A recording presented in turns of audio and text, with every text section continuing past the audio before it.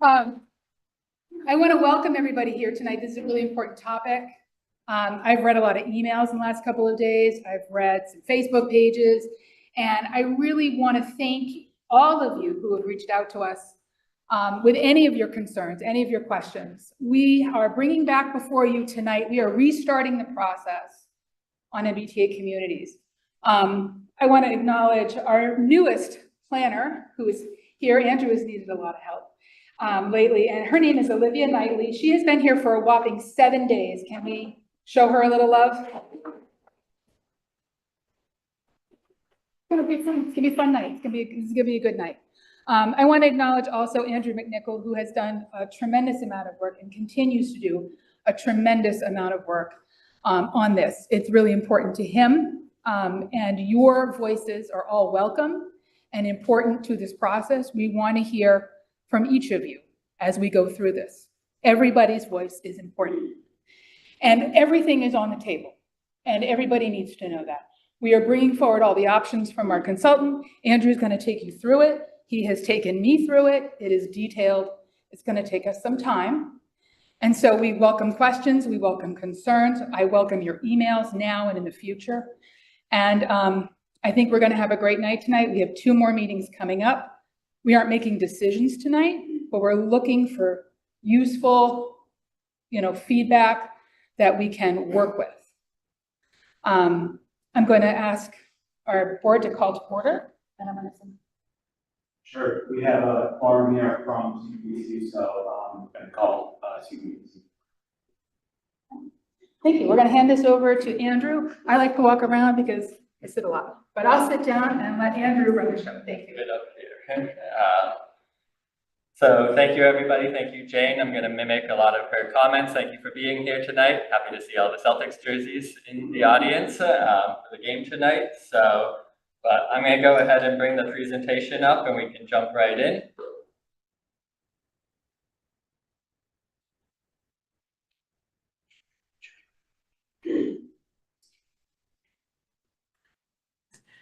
We're recording tonight's meeting, and that anything that you say can be captured by the recording, so be aware of that. Martha Moore, the Conservation Commission Chair, will facilitate tonight's meeting and do roll call. Martha, could you please review the agenda and take the roll call for the commission? Okay, we're starting this meeting at 7:05. Walter? Walter Talbot, member, present. Bill? Bill McCants, member, present. Tony? Tony Rodolakis, member, present. Andrew? Andrew Driven, member, present. Brian? Brian Bowe, vice chair, present. And Martha Moore, chair, present. So there are 6 of us present tonight. Okay, we have no new hearings. We have old new business, violation notices, etc. We have a report from me about the Community Preservation Act. Then we have a certificate of compliance at 52 Ruanis Drive. We're going to discuss the draft of the Bear Meadow Stewardship Plan. We're going to discuss changes to the conservation land use rules. And then maybe hear an update about the June 4th DPW meeting. There will be a ceremony at the Town Forest parking lot off of Grove Street tomorrow at 2 p.m. and the public is welcome to attend. And a report about Friends and Family Day that happened on June 8th. And any bills, administrators report, report about the Porch Fest, and we just have 1 set of minutes for approval, which is the May 22nd minutes. And most importantly, we need to vote for a new chair and vice chair. Okay, that's our agenda. So violation notices, is there any updates on any of those violation notices? No. There is one newish one that I've visited a few times, but nothing to report there yet. Nothing to report. Okay. I'm the representative to the Community Preservation Act Study Committee, which is discussing when and how and if we should try for a vote on whether our town would join the Community Preservation Act. It requires a signature drive to get 5% of the town members to sign, or it requires to be passed by a simple majority at town meeting. And I believe the plan is to attempt a town meeting vote to put it on a ballot. And then the key question is the timing, what ballot we would put it on. The hope had been to get it on the November presidential election ballot, which is what Winchester is doing. But we are pretty tight on time to be able to make that. It would require a special town meeting over the summer to be able to actually get it on the November ballot, because there's the town meeting is after the November election, so we would have to throw an extra town meeting in somewhere if it was going to happen that way.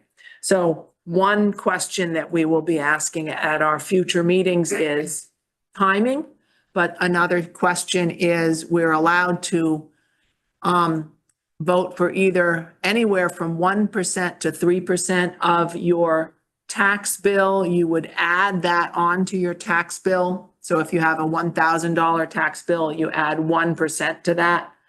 Or 3% or other numbers in between. There are also exemptions you can vote for. You can exempt the first $100,000 of the value of the house. You can have exemptions for low income. You can have exemptions for low and middle income elderly. So all of those things are going to be discussed, and strategies for how and when we might do a CPA vote. The last one we had in town was 2002, and it failed. So we do not have the funds that we might have had if we had had a CPA vote. So one question I have been asked to pose to the Conservation Commission is, what projects have we paid for as a town since 2002 that we could have paid for using CPA funds for purchasing open space and conservation land if we had voted it since 2002? And also, what things might we want to spend money on in the future using some of those CPA funds for future projects? So rather than spending time tonight, if any of you come up with any ideas, I'd love to have you just email them to me and I will compile them. And our meetings happen the day before each of our conservation meetings. So your deadline to get it to me would be by 2 weeks from yesterday. So if you have any ideas for me to add to the list, please send them my way. And I think that's plenty. Any questions or comments about the CPA proposal? I only have one question. Yeah. In the interest of time. So come with ideas for things that we spent money on. Would that include things like services, like getting potential land donations surveyed? Or is it if we actually bought land itself? Send any of them to me and I have a chart that says what it can pay for and what it can't. So Okay, we good. can take all the ideas and figure out which ones might have actually been able to be paid for. Or might in the future be able to be paid for. The one I'm thinking of particularly today is that we bought the property off of Grove Street next to the town forest that we put the parking lot in. And that certainly would have been the kind of thing CPA money could have gone for. Sure. And you should, if you have any questions, you could reach out to me because I spent the first 5 years in Arlington when we started CPA. We wrote the rules when I was in, and I stayed on and approved some projects and got some pretty big projects in through the Conservation Commission. So, and one of the tricks you can do is you can go to the coalition, the CPA coalition, and they have a list of past projects. And you just look through that list of past projects and all those projects can be approved. And there's many invasive removal projects, land purchases, historical projects, park projects. It's all in there. So usually that comes up. People say, is this allowable? That's your answer. I went to the coalition. I saw a similar project. It's been done in this town. And so, it stops debate. Cool. That's wonderful to know. And it's not just for conservation. It's also open space and recreation, historical and housing, low income housing. But that's not my task. My task is to ask about conservation ideas. And then some of it is not limited to those three topics. So at least 30% of it, 10, 10, and 10 has to go to those three areas. Recreation lumped in with conservation. But the other 70% can go to different purposes, which have to qualify, as Chuck pointed out. Yeah. Okay. Any other questions or comments? Okay. We then get to certificate of compliance at 52 Luanis Drive. Walter and Brian and I went there for a visit on Monday morning. And I think we have somebody here representing the. Yeah, Caitlin White's here from Hancock Associates. Right. Nice to see you again, Caitlin. Nice to see you as well. Okay, Brian or Walter, do either of you want to make any report about what we saw? Do you want anything on the screen while you're making that report? Or Caitlin, did you have a presentation? I have. It would be good to have the approved plantings plan. Yeah, because it's all about the plantings. Everything else is not a problem. See if that works. So Walter, are you interested in talking about it, or should we let Brian do it? I would say let Brian, because I'm seeing the after the fact. Okay, Brian. So as Martha said, three of us went there. We went immediately to the far back beyond where the fence was installed.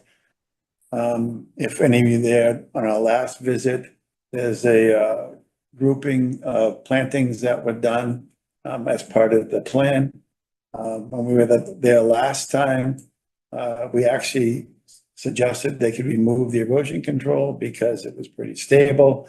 The plantings were still relatively new, and we said probably we were there a little bit too early because things hadn't had a chance to leaf out yet to see just how robustly they were growing. We went back there. The trees were doing fine in general. We were actually lamenting that maybe we should have gone there a little bit earlier because the grasses and everything around the trees and shrubs has really grown up. We actually struggled a bit to even find the shrubs, although in time we did find most of what we were looking for. So there's that section back there, and we can talk about the plantings. But in general, that area has done well.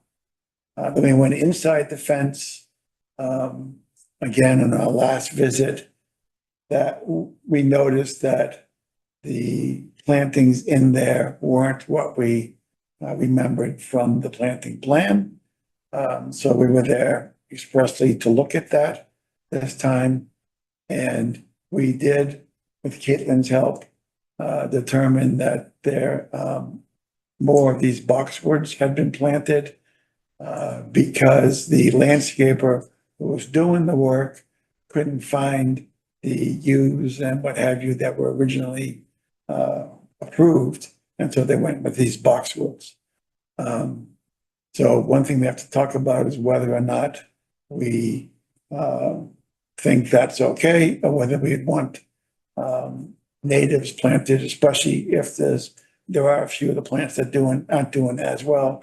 So perhaps in that case, we might do it. There is the section of about I forget, 6 plants that have just been decimated. They're little twigs on the ground. That's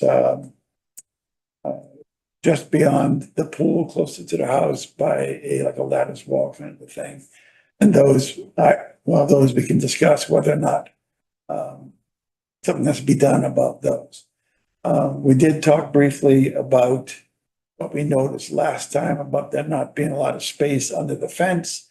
But I did point out the areas where there is some space, and actually to prove the point, while we're there, a bunny went under the fence, proving that wildlife can in fact move around. So those, I think, are the main points, unless you, either Walter or Martha, you want to add anything? No, The only thing I noticed was that there was still one of those retention socks outside the fence. Yes. So, Right. the homeowner actually sent me a picture. They have removed that now. Okay. Great. yeah, it was just a little bit of the erosion control that they missed on the first go round. Can you make that plot plan any bigger where it shows near the putting green mostly? Yeah. Yeah, there we go. Okay, so the place where it's supposed to be little blue stem is, marked in red as boxwoods instead of the little blue stem. So the boxwoods are not native, the little blue stem is supposed to be native. And then near the house is where they were gonna be used, and instead of used, there were more boxwoods. Yeah, the other side of the pool. There we go. That was supposed to be used and they've planted it with 16 boxwoods. That's almost outside the 100-foot line, but it's not quite outside the 100-foot line. The question for the commission is, do we make them take up their 32 boxwoods and find native plants to put there instead? And what do we do about the 10 mixed perennials that were between the pool and the putting green that didn't make it? I think they're just next to the pool house. So maybe Chuck, if you go down a little bit again. Sure. Yeah. Near those flagstone steps. Yeah, there we go. Mixed perennials, 1 gallon right there. They had all the way across that section spread out mixed perennials, but they've just not made it. Maybe the bunny had a lovely lunch. Or several lunches. Yeah. Any thoughts?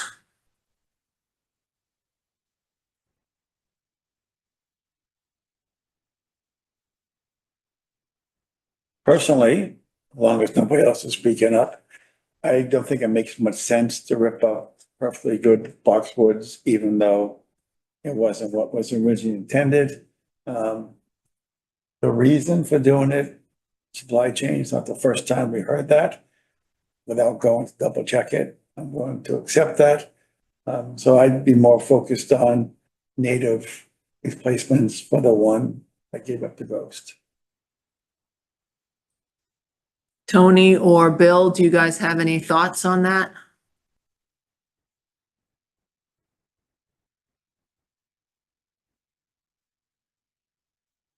So over where it says 10 boxwoods, there's nothing there now? There are 10 There boxwoods. are 10 boxwoods. And they're supposed to be little blue stems. So they planted 16 boxwoods in a hedge around the putting green, which were supposed to be little blue stem instead. So that's the question. And so where have the rabbits been eating? Where the flagstone steppers are on this, on the bottom side of the putting green, in between the 2 trees, serviceberry and I don't know what the other thing is. So they had planted that clump of mixed perennials, which I would have thought we expected those mixed perennials to be native as well, but apparently that was not made completely clear. And the Whatever they planted, I don't know if it was native or not. There wasn't enough of it there for me to recognize it. They were coral bells. Okay, and do you know if those are native or not native? I don't believe so. Okay.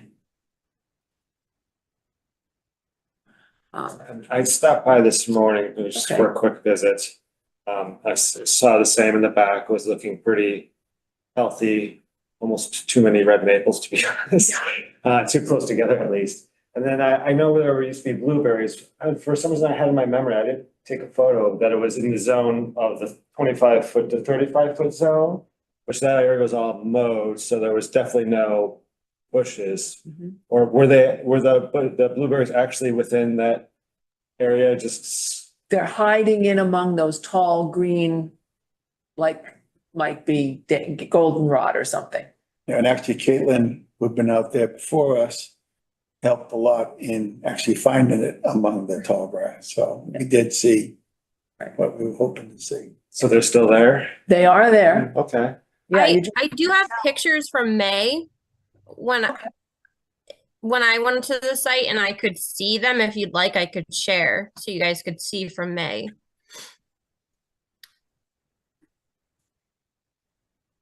And while she's pulling that up, Chuck, we talked about having the homeowners clear around each shrub. Is that what you would approve to have done back there? Is that your advice? Yeah, but remember we did this once before and it was, the circles almost touched each other, so it ended up being a full clearing. We don't want They that. Cleared about a 6 5-inch, 6-inch area around each one of the blueberries. Because that they're protected by the grasses could be good, so they don't get found by the bunnies and birds and deer, right? Because until they're mature, They usually get tangled up and just, you usually see them in dead. I don't know. I can see that too. I think Can you zoom in at all? light or whatever, but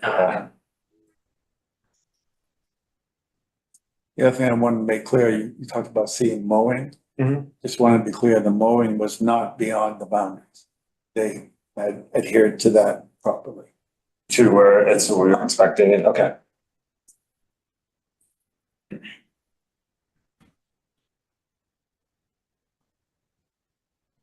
And it's not grown in yet where the erosion control used to be, but again, that's to be. Yeah, I noticed that too. Yeah. That picture on top is the one I would love to see a closer up look at, if it's any way you can enlarge your screen. Because that shows where the erosion control is, and then all the plantings are right behind that erosion control. Let me stop sharing for a minute and I'll try and zoom in. Hold on. Thanks. Yeah. And we don't need, if we're comfortable with that, we don't need to spend much time on it. But inside the fence, there were some, I think they're hydrangeas that weren't looking super happy. On the other side of the pool house, close to the 100-foot line. Okay.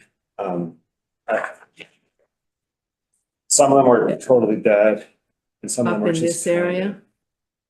So is this? This is the where am I? So we house, walk this is the in, pool house, this is the pool. Like right up here. Yeah, I remember seeing the hydrangeas not looking great Yeah, I there. think these were okay, but then once you get up there. Yeah.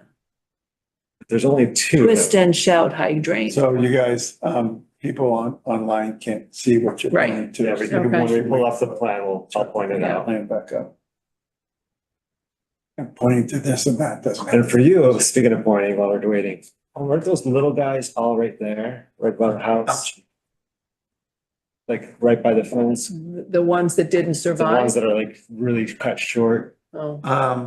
I thought that's what I saw too, but then I That's noticed outside the outside. 100 Right. foot. So I agree, but that's not our Yeah, jurisdiction. So the right. ones that we cared about were further down by Yes. that. I agree.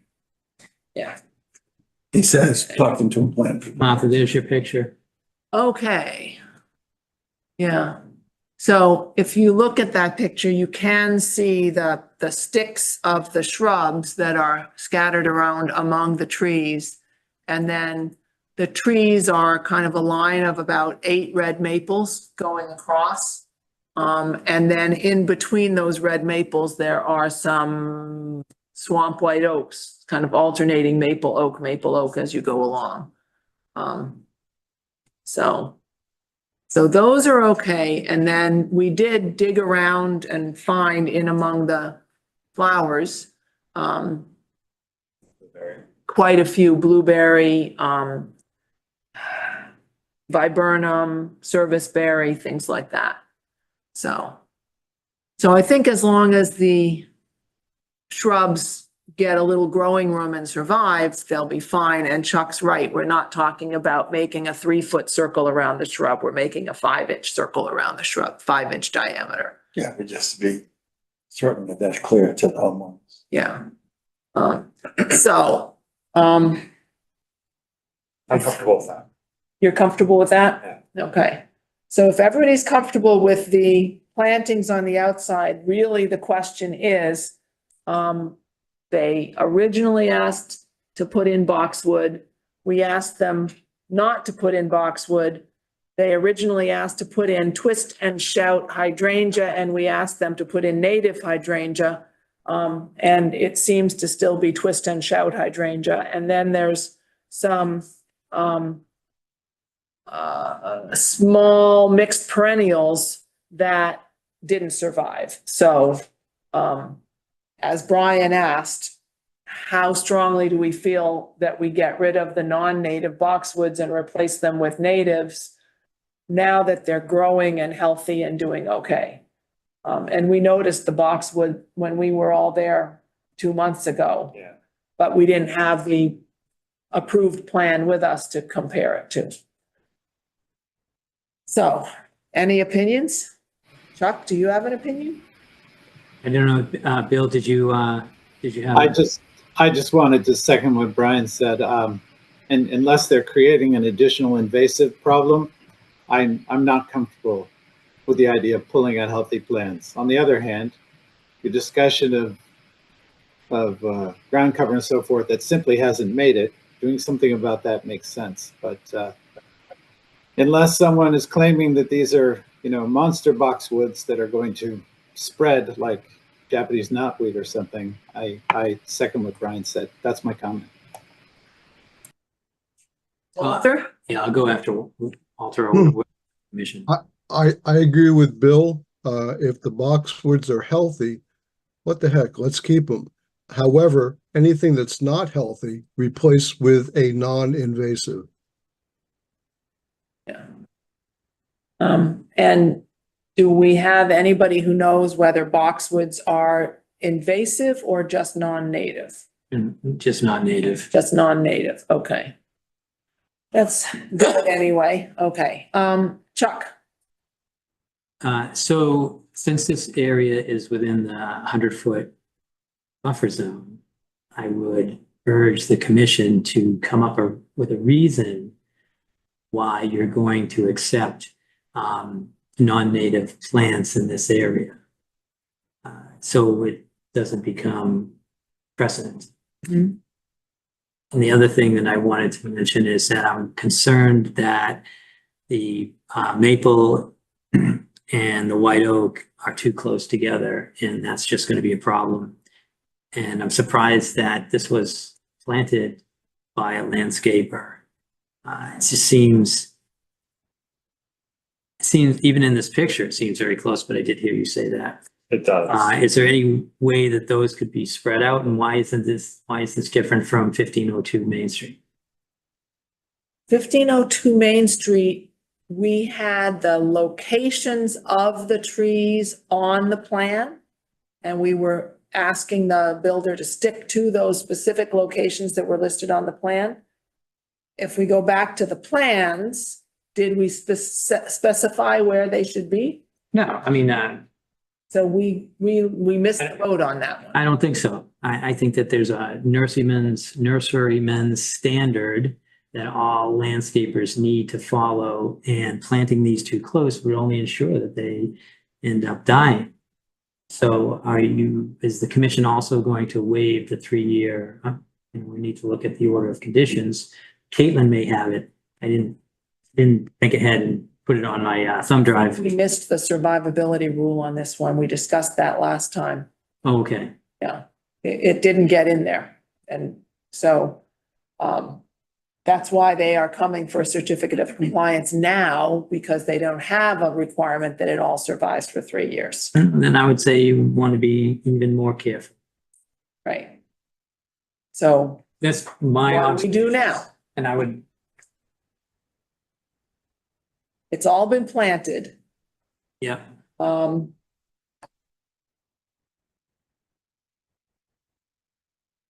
we?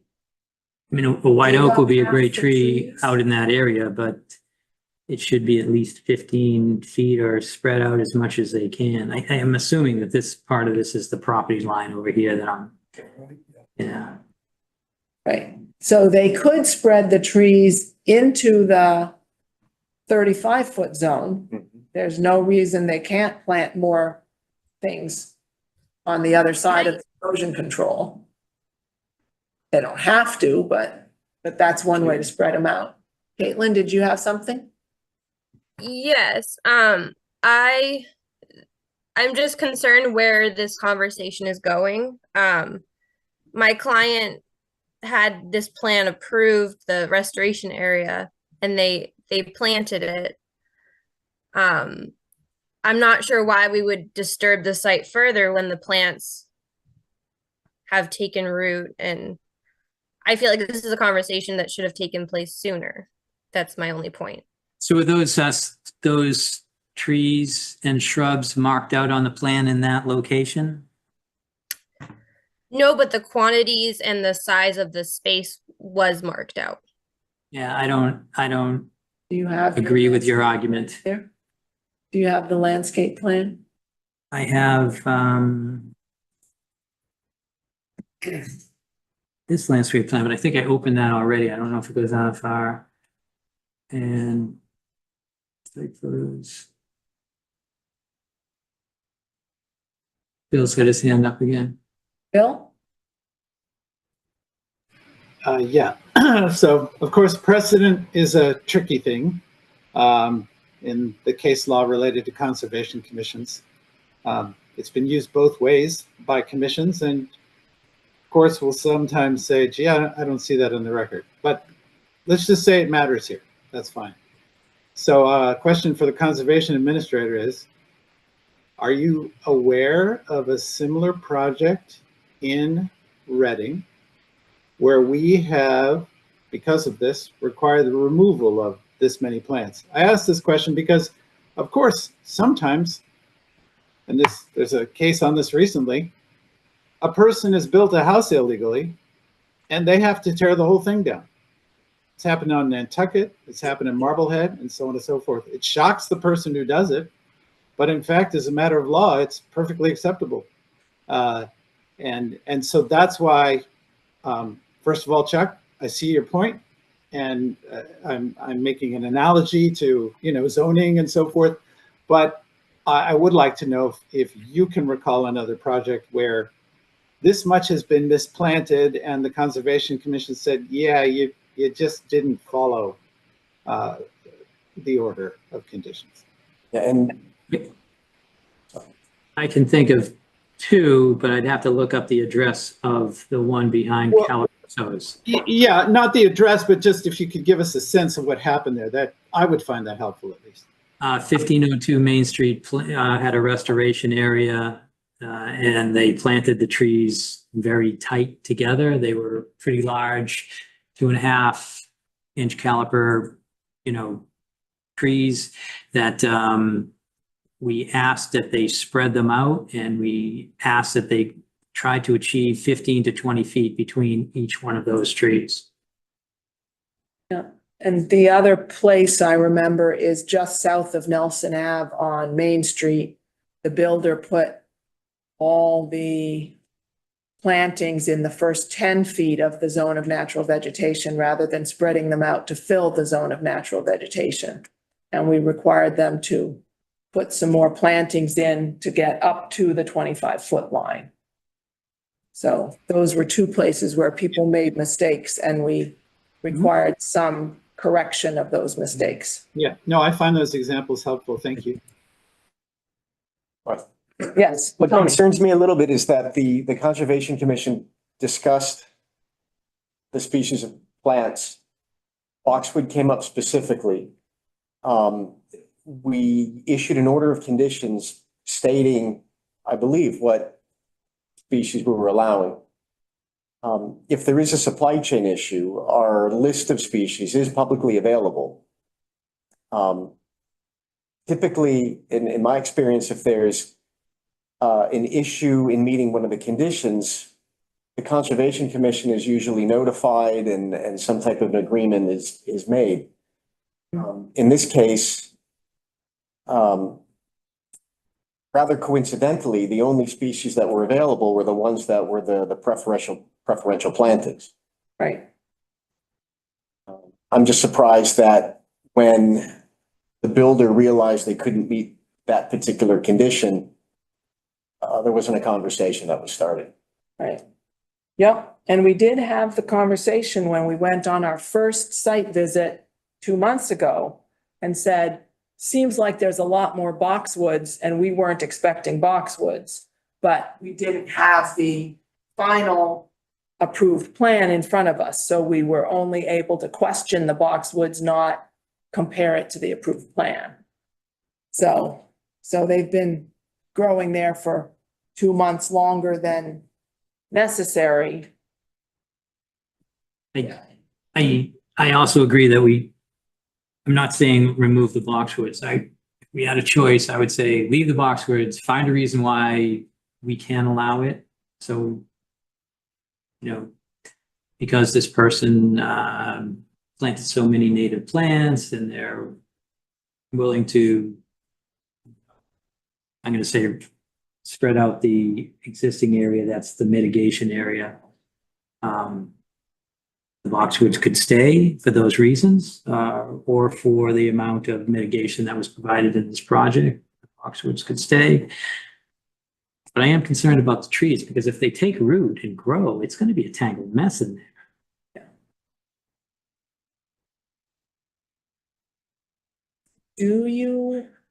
Could you pull up that plan you've clicked on and see whether it actually shows what we asked for in the back? Yeah, I'm going to have to kill this and come up again with,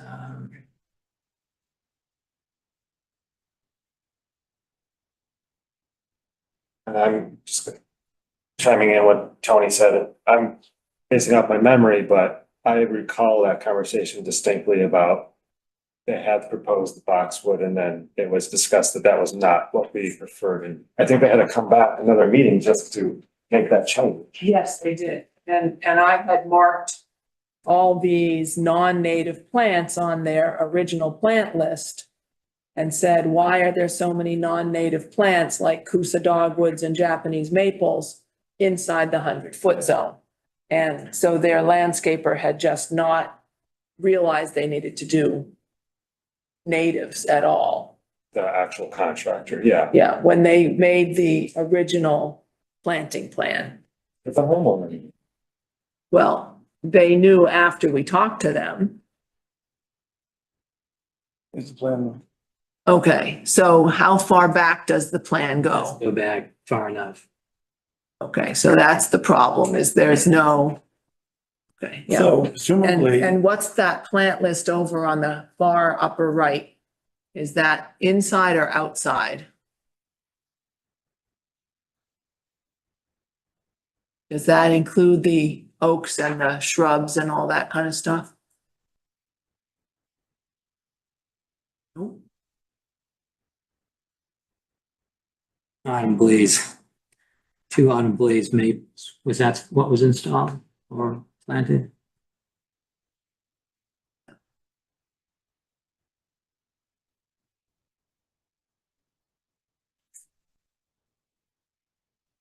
I mean, isn't there a discussion? There's a lot of plantings that were planted. So what is the percentage like?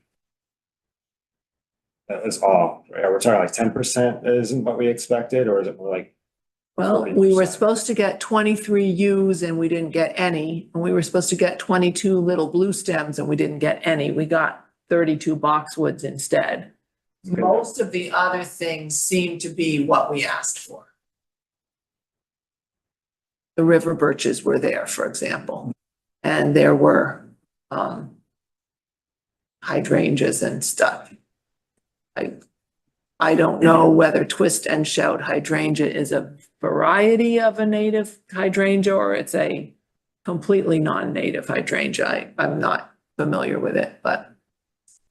Okay, so. In order to give those maples and oaks in the back a chance of survival, are we thinking that they should be spread out outside the 25-foot zone? Like half of them pulled closer to the 30-foot line? And would that suffice to try to remedy this situation? So part of the constraint is that they were planted in a line, Yeah, which is what forced them to be so close together. right, because there's only so much distance there. Yeah. But if it became more of a blob than a straight line, then there'd be room to spread them out. Now, what we did on the place on Main Street, which was when I was just coming on the commission, we didn't require them to move everything. It was to leave in place as much as they could and then spread out around it. So you'd get a more optimum distance without uprooting everything. So that kind of approach could be taken here as well. I mean, somebody has to do some thinking to figure out how many would have to be moved in order to achieve that. But I think it's that straight line designation that caused the issue.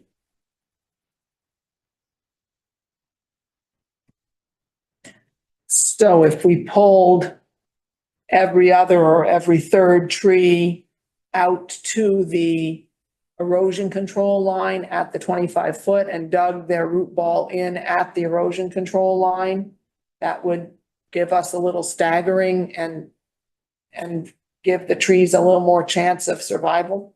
And I would say every other tree, regardless of whether it's the oak or the maple, I mean, just mix them up, right? It doesn't have to be just dealing with one or the other. Well, unfortunately, they are oak, maple, oak, maple, oak, maple down the row. So if we took every other tree, we'd be pulling all the maples forward or all the oaks forward. Decision taken right on my. But that's not, you don't have to design that. You Yes. Yeah. It's just let them know. Right. Yeah, I mean, basically the replan has to be spreading out a clump of trees enough that they have good enough distance among themselves and yet minimizing how many they actually have to move. Chuck, you mentioned our nursery standards. Is that something we could like ask the oaks, maples to be planted per the nursery standards? Or, and then are we certain they're not meeting the nursery standards? I mean, I'm sure you could, I mean, but it should be how they're planted. I mean, to survive long-term, and that's what the mitigation is all about for the project. I mean, they should last as long, at least as the putting green, you know? So I would think that we would want to give them the best shot possibly. I remember, again, You're going away. back to the project on Main Street. At that point, we were telling them 25 feet apart from maples. Mhm. I don't remember any other dimensions, but that one is clear in my mind. I don't know if that came from a nursery standard or Anika or Carl or whoever, but. Yeah. Should we ask the applicant to provide the standard that they followed? That would be an option. The burden on them. Yeah. And, okay, so Yeah, you could, sounds like we've kind of come to a consensus that the trees are too close together. The bushes and the herbs are fine, but something has to be done with the trees and they should come back to us with a plan of how they're gonna give the trees enough room to survive. I would actually like to see the boxwoods replanted. It shouldn't be too much of a cost for the homeowner if the contractor didn't follow the conditions that they bid on. They're not gonna get wasted.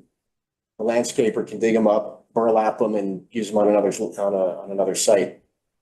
And just provide the right And plans. do what had been agreed to initially. Okay? So in general, this is a good idea, interesting. Let me ask this. Is there a significant advantage of the U and whatever else we asked for habitat wise over the boxwood? Because it's one thing that make them be planted because they didn't do as was agreed to. The other thing is to look at it from the habitat perspective. Are the boxwoods in fact much worse than what was intended to be planted there? Well, one of the reasons for using native species is because there are wildlife that rely on those particular species for certain functions that a boxwood plant, Freudian slip perhaps, may not fulfill. Right. So that's a good point. My understanding is that the three species in question here are all more or less the same deer resistant. So one or the other wouldn't provide a habitat improvement, at least from the deer perspective. Not that they want the deer going in there and going around anyway. Or selecting vegetation based on deer resistance at other sites. Well, that would be correct. I just want to think about the question about, is the improvement to the habitat good enough to be worth pulling up that many plants? I think that's what I'm talking about. Well, key question is precedent. But thinking about precedent, we not so long ago allowed a homeowner who did not really have a way of mitigating their project on their own property to do mitigation on the neighbor's property. And we do know that the neighbor's property to this property has a big stand of Phragmites. So would asking the homeowner to get permission from the owners of the Phragmites stands to do mitigation there suffice, or is that getting us down into the weeds too much? The order of conditions is already written. We're really finalizing things. I mean, can't add to it. Okay, so then really it's just a question of Tony's suggestion of, yes, we really do want natives there, and versus Brian's suggestion of let them get away with it. I probably wouldn't have phrased it. Yeah. I think it's early enough in the growing season where things could take root in time for autumn. Okay. All right. I think I know which direction I would vote. Do everybody else have a thought on this? Do we need more discussion, or can we have a vote and move on? Yeah, I would just want to add one thing. So I think that we've given Caitlin a lot to think about. Mhm. Maybe some things are practical and they can happen. And Caitlin can look at what could happen and be realistic about it and come back to the commission and make a suggestion. I mean, I think that one thing the commission may want would be to ensure the survivability of that mitigation area. And it seems like that would mean to spread out the trees a little bit. But there's some flexibility in whether the boxwoods need to be removed or not. So maybe just trying to understand that a little bit better based on what's there and what's not there. I do think it's a big lawn with a lot of planting, and there could be a way to kind of create a situation where it doesn't become a precedent. But you didn't mention the mixed perennials that are dead, and I think there's an opportunity to at least turn those into natives. Absolutely. And in that situation, so maybe they can go, Caitlin can go back to the homeowners, talk about what we talked about, think about whether it's whose responsibility is it? Is it the contractors? Someone suggested, and it would be an easier fix than we all expect. What's doable and what's not doable. Yeah, and when you're talking about natives, we really are talking true natives, not hybrid varieties of natives. And that's been something we've talked about at other sites. You know, we want true red maple, not autumn blaze red maple and that kind of thing. Yeah, For the new plantings, the mixed perennial plantings, be replaced with really actual native plants, like you get at Garden of the Woods or something like that. Understood. Thank you. Okay, so Caitlin, does that suggestion by Chuck make sense to you rather than us voting tonight? Have you go back to the homeowner and come back to us with a proposal? Yes, I would definitely appreciate that. Yeah, if we could continue this to next meeting, I can come with some ideas for how we can meet in the middle. yeah. And just another idea to think about, and I'll just throw it out there so it's in everyone's mind, to increase the 25-foot for that mitigation area. You're gonna pull the trees out anyways, you might as well do a herbaceous layer and your shrub layer, and that would make up for some of these boxwoods. That could, you know, we're looking for things like that. I'm not saying that will win the day, but that kind of out of the box thinking is what we're looking for. I mean, that's really where we're gonna get the most bang for the habitat buck, right up against that existing wood line.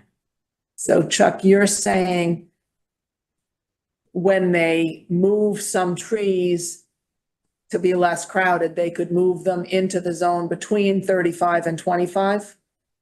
Well, I didn't And know if also that some mitigation area understory? was in the 25-foot and they didn't encroach into the 35-foot. That's correct. But they're gonna spread it out, so why don't we just say now, instead of the 25-foot's the mitigation area, now it's the 35-foot and we get an extra 10 feet, spreading out the trees, but also planting at different layers in there. In that zone between 25 to 35. Right, Fence is basically on the 35, so we're getting the vegetation closer to the fence with understory to go with the trees. yeah. That's your suggestion. So we're getting a bigger no disturb zone and that could offset the boxwoods or something. That's the idea. Yeah. Can I ask a question about that idea? Yeah? Would we have to move the monuments then? No. That are, no, okay. We stay. The monuments mark where 25 feet is, Mm-hmm. but we can restore this side of the 25 feet and add, you know, some more area of trees and shrubs and have the Okay. monuments be in the middle of the trees and shrubs. And you'd have a larger, more contiguous area, Yeah, Yeah. which would be yeah. a true advantage. Yeah, that sounds like people are nodding their heads on that one, Caitlin. So Yeah. if the homeowners are game to go that way, that's a good thing to suggest to them. Yeah, I like that idea as well. Okay. Okay. All right. Okay, so we would like a motion to continue. We need to. Yeah. Not here. It's a certificate of compliance. Oh, so we don't need a motion? We'll just put them on the next agenda? Yeah, Okay. bring it back up. And that would be June 26th.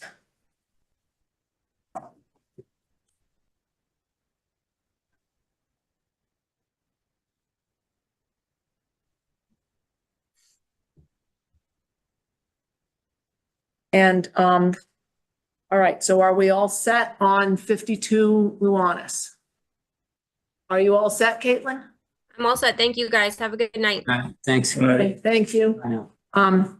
I realize that, we don't have anybody doing the minutes for next time, doing the minutes for this meeting to present for next time. So if there's anybody here who would be willing to do the minutes for this meeting, Since most of the commission will be traveling, I would volunteer. you will volunteer to do the minutes? Thank you, Brian. And I won't be traveling. Okay, And I'll take the pressure off. I'll do the following minutes. we'll do the first month of July, Yeah. first meeting in July. Okay. That was kind of the rotation before anyway. Well, you know. The three. Yeah, okay. I won't make any jokes about assigning it to the new people who come on the committee. We might not get any new people. Okay. Yeah, I don't think we got anyone. Well, let's keep hoping. And we did, well, I'll talk about that later. Okay, so we're done with Luanis. We're now moving on to draft of the Bear Meadow Stewardship Plan. We have many versions that people have offered. And I am a little at a loss as to how to consolidate all the versions. Well, consolidating them can be done afterwards. Yeah, I was also thinking about this and I thought maybe we could just pull up Tony's and talk about what he wanted and then Andy's and then talk about that. But when they are talking about the same thing, well, that's a different problem and you guys can figure out how that happens. But, and then and Walter, same thing. So we would talk about each one of these separately. And I know you had some comments also. Sure, I captured those, but I think my comments were, oh, yeah. I just, the two things I sent in were what the current leash law is, which does not match what was in the plan, and a library version of a land acknowledgement. Right. if you can, because I know I sent it to you, I forgot to put that on my thumb drive of her land acknowledgement, if we need to talk about that, but that was sent to you. So, I don't know, Tony and Andy or Walter, you want to, anyone, which one do we want to start with? I think Andy's and Walter's were the shortest and Tony's was the longest, the most changes. So Walter, were you just a couple of changes at the very beginning? Or did I not get to see them all? My changes were to eliminate the land acknowledgement entirely. Yeah. And was that it? I would be acceptable with that totally. Okay. All right, so here they are. Here's Walter's suggestion.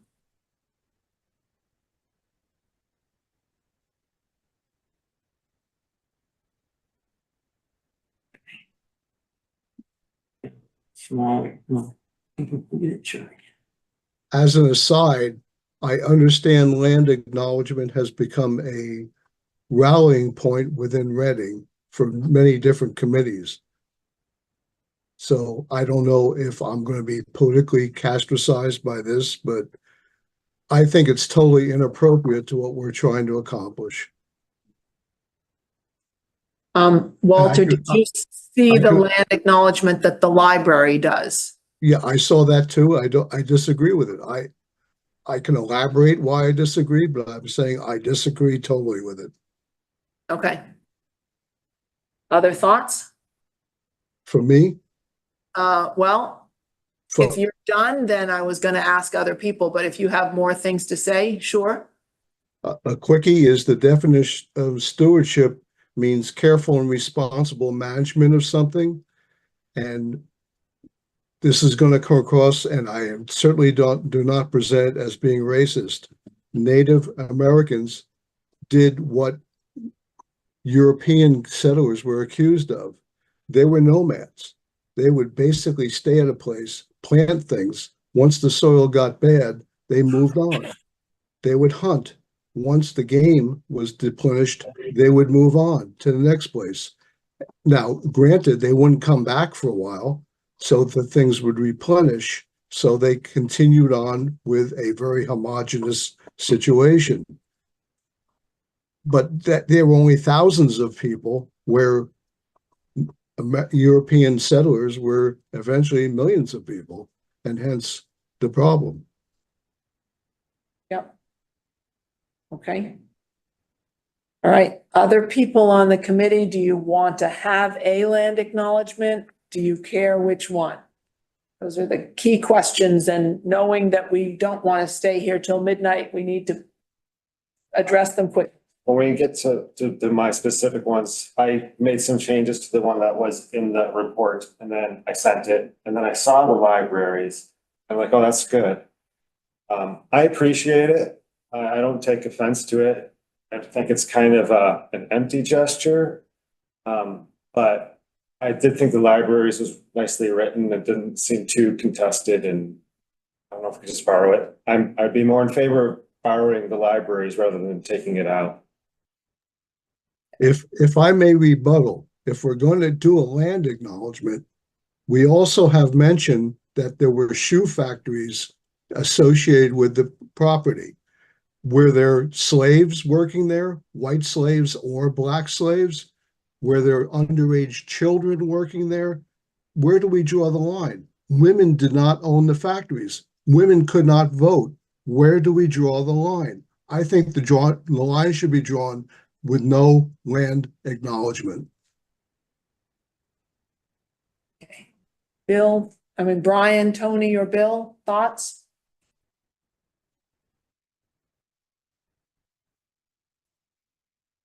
So I did some reading on land acknowledgements. I looked for ones in nearby towns. It's interesting that unceded, which was the word in particular that we got going on last time, that's a pretty common word to see in them. The library says seized, that's also fairly common. I have no opinion as to whether many towns have something like that in some organization in the town, but you can find them pretty easily. And not just for towns, but on bigger organizations. Personally, I would agree with Andy that I don't have a problem with a land acknowledgement in general. Seems like from the reading I've done, sometimes they're done out of a sense of guilt. Sometimes they're done out of a statement of historical fact. If we did it out of a statement of historical fact that sometime in the past, this particular tribe was here, at least for some of the time. I have gone and looked at various interactive maps of where the tribes held sway. An interesting point is in the library one, it says Pawtucket, and in the Audubon one, it says Quannapowitt. I couldn't find the Quannapowitt on any of the interactive maps I looked at. Maybe it was a much smaller area and didn't make it to these maps, but that's another question, is if we have it, which tribe do we point? But I'm fine with having an acknowledgement, then we can discuss the details of some of the words. In the first version that I revised, I struck the land acknowledgement, but I did include language that said, there were people living here before.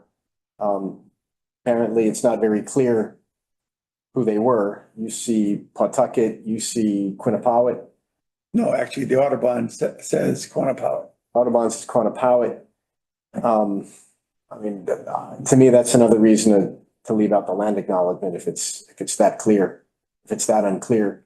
I think we can recognize that Quannapawits were here, or generally the Pennacook Abenaki Nation was present if we want to keep it general. But I think we can include that as a historical statement without getting into the possible embarrassments of misnaming previous inhabitants. Yes. Just have one more thing. I did see a couple where they didn't name the actual tribe or band. They just stated that indigenous peoples were here historically before time. Must have been avoiding that same question. Bill, do you have thoughts on this? I'm sorry, as I tried to make clear last time, this is one of the rare circumstances where my day job as a senior federal official means I really don't feel comfortable talking about this at all. I certainly respect all the viewpoints on this, but I simply can't comment. Thanks. Okay, thank you.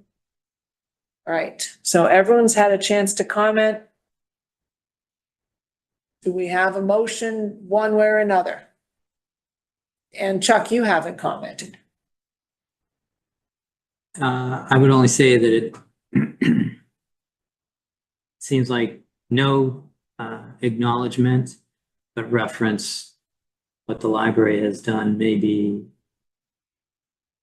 something that we can agree on.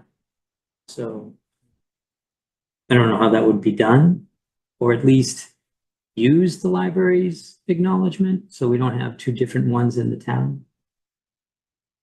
Okay. All right.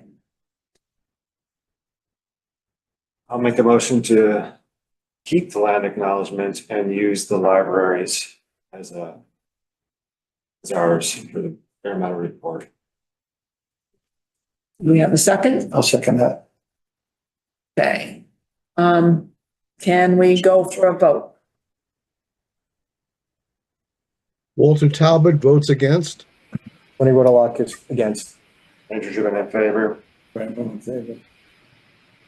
Bill, are you voting or abstaining? No, it sort of passed me by. I was going to abstain. Bill McCants abstains. Okay, and I vote in favor of the library one. So we have 3-1-1, no, 3-2-1. 2-1.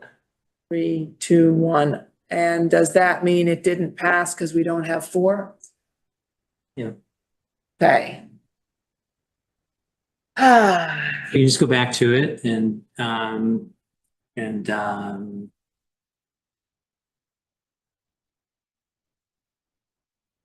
try to come up with something.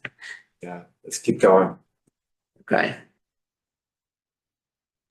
Well, if I may propose, we have the history, and we should mention that the previously before European settlers, the land was occupied by the Native Americans. End of sentence. The current reading of the history section is at the time of European settlement, the land in Reading was part of the territory of the Quannapowitt tribe, a branch of the Pennacook Abenaki people. Reading's European settlers came from England in the 1630s. ... So that's where I do appreciate the land acknowledgement. It's not that, that's not what happened. So I do appreciate that there's some respect to that this land was formerly taken care of by the indigenous people in a way that is very different from the way the Europeans, and the transition was not exactly clean. But this is not the point of the report, so I don't want to dwell on this too much, but I do strongly appreciate the land acknowledgement rather than just that whitewashed 2-sentence summary. Okay, then what's the next step forward? Want to look at Andy's comments, edits? Mine are shorter. I'm happy to go through them and then. Go ahead. Okay. Go ahead. So we talked about the land acknowledgement. On the second, do you want to pull up the report? Maybe that's easier. Do you want the edits, what you sent because your Apple whatever didn't work? Or do you want the full bare metal with your strikeouts and changes? I don't know. No, we'll do the full report and see what happens. Okay. I guess I added stuff more than deleted stuff, so maybe it's easier to open up mine.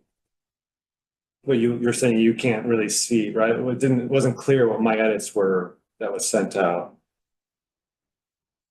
But I could point that, I think you guys will know. If you go to page 2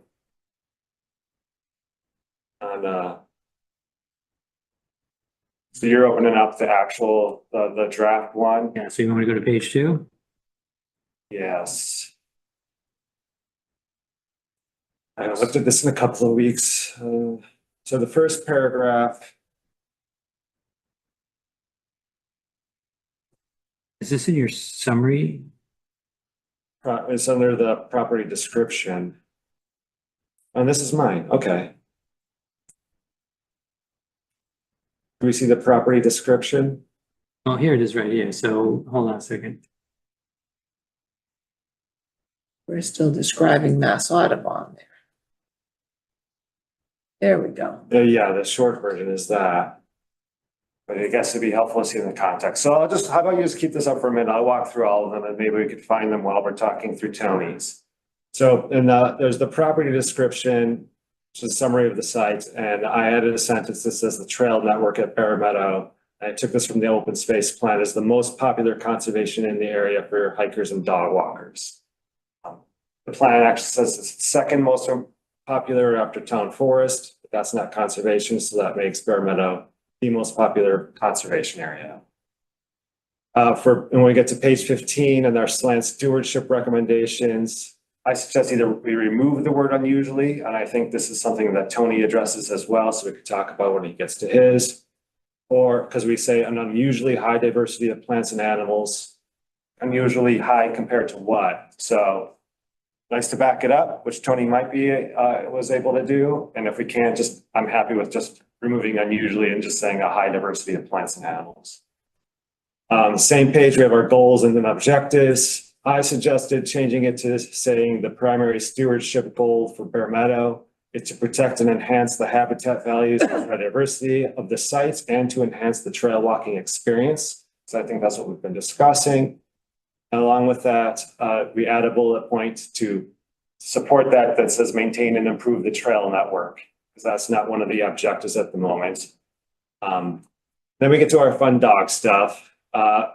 Sounds like the town leash policy is something Martha addressed, so I won't get into that one.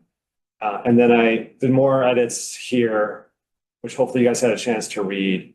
I don't want to read them all right now, but I want to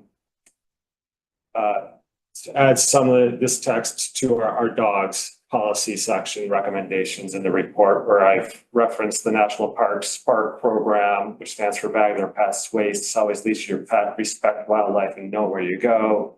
And also put back the town of Weston and Sudbury Valley Park Rangers. That was in the previous report. And then on pages 38 and 56, it's the same thing. So like I mentioned at the previous meeting, rather than saying a no dogs policy, I'd like to see it changed to say a dog policy, which leaves it more open-ended for when we actually get into what this means to us. And then related to the land acknowledgement, I do think we should have an additional recommendation, but it's there. So just adding an additional recommendation, I wasn't sure if it's what title, it's not a passive recreation management recreation. I just said additional recommendation would be we try to engage in dialogue with Indigenous tribal community groups. Again, I mentioned this last time at the MACC meeting probably a year ago. Someone from No Loose Spray spoke. He was really an excellent speaker. I don't think he's part of the tribe that would be associated with this land, but there must, and again, this is over my head, but it would be great to try to find some community groups. Maybe we reach out to them and see if they could help, who could be someone to talk to about Bear Meadow. But they use other areas and they around the communities, and they try to follow their own cultural heritage and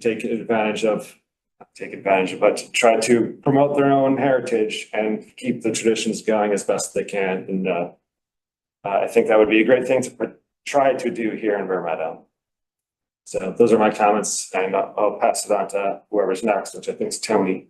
Well, the question is, do we want to adopt Andrew's comments in a block, or are there discussions about particular ones of these comments that people are concerned about?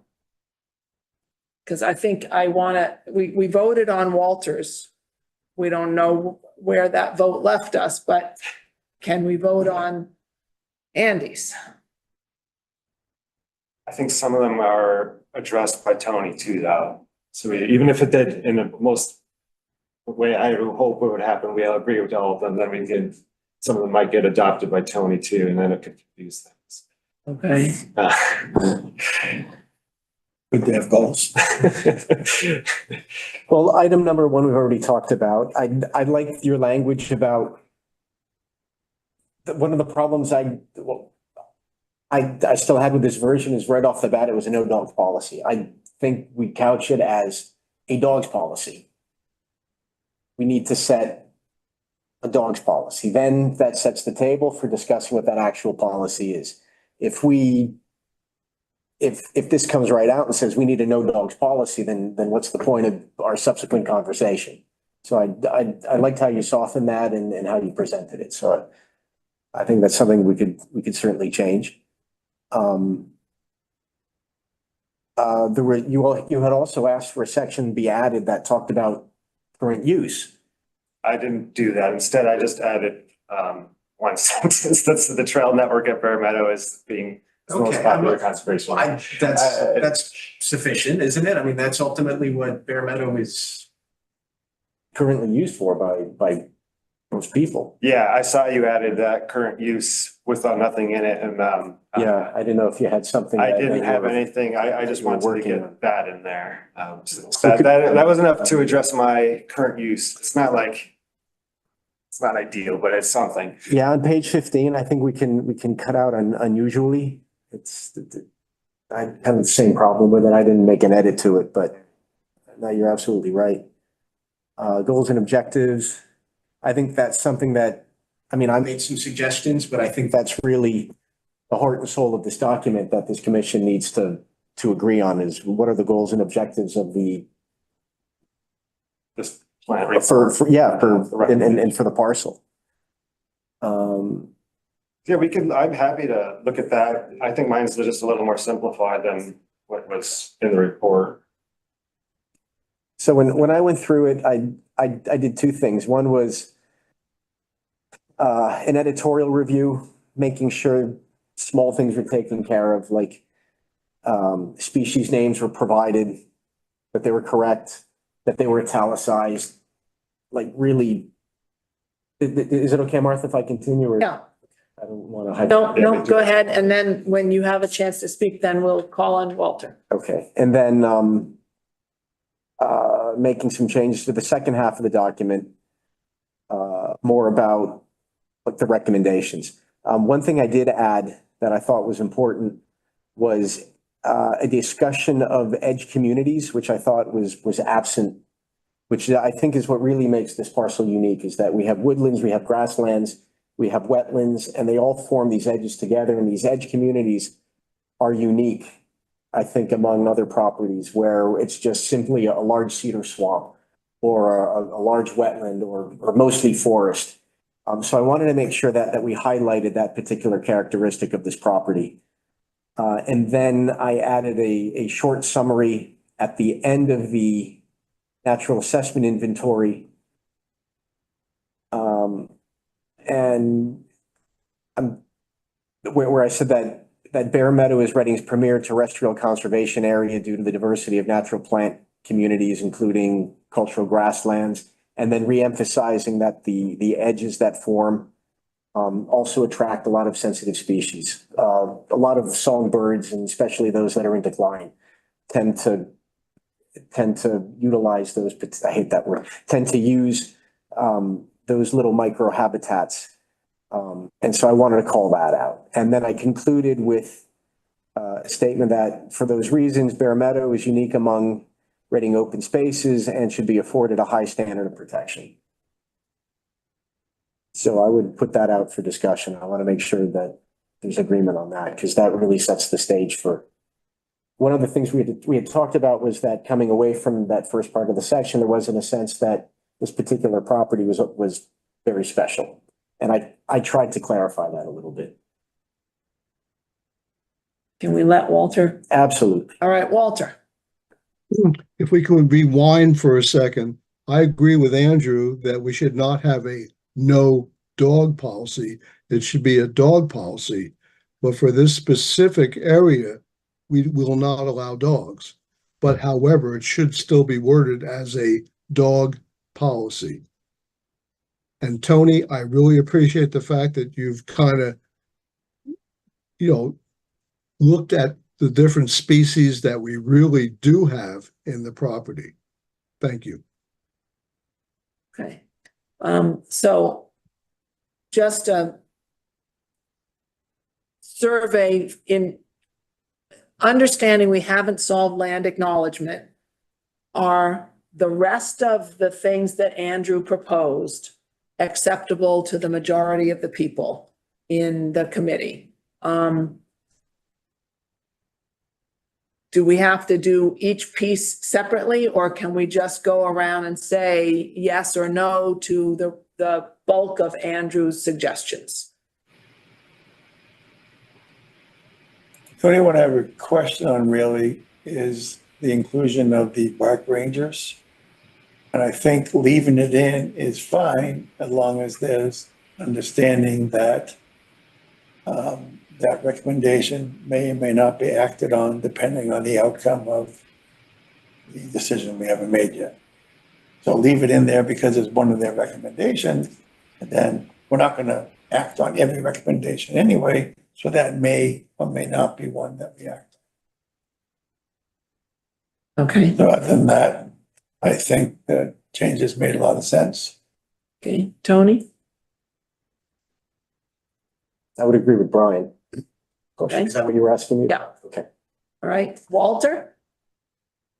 Yeah, I agree with Andrew's statements, as long as we still have the ability to ban dogs from the property. Yep, that would be in our rules, not in this particular document. Yeah, I think one of the recommendations that would be presented in this report is considering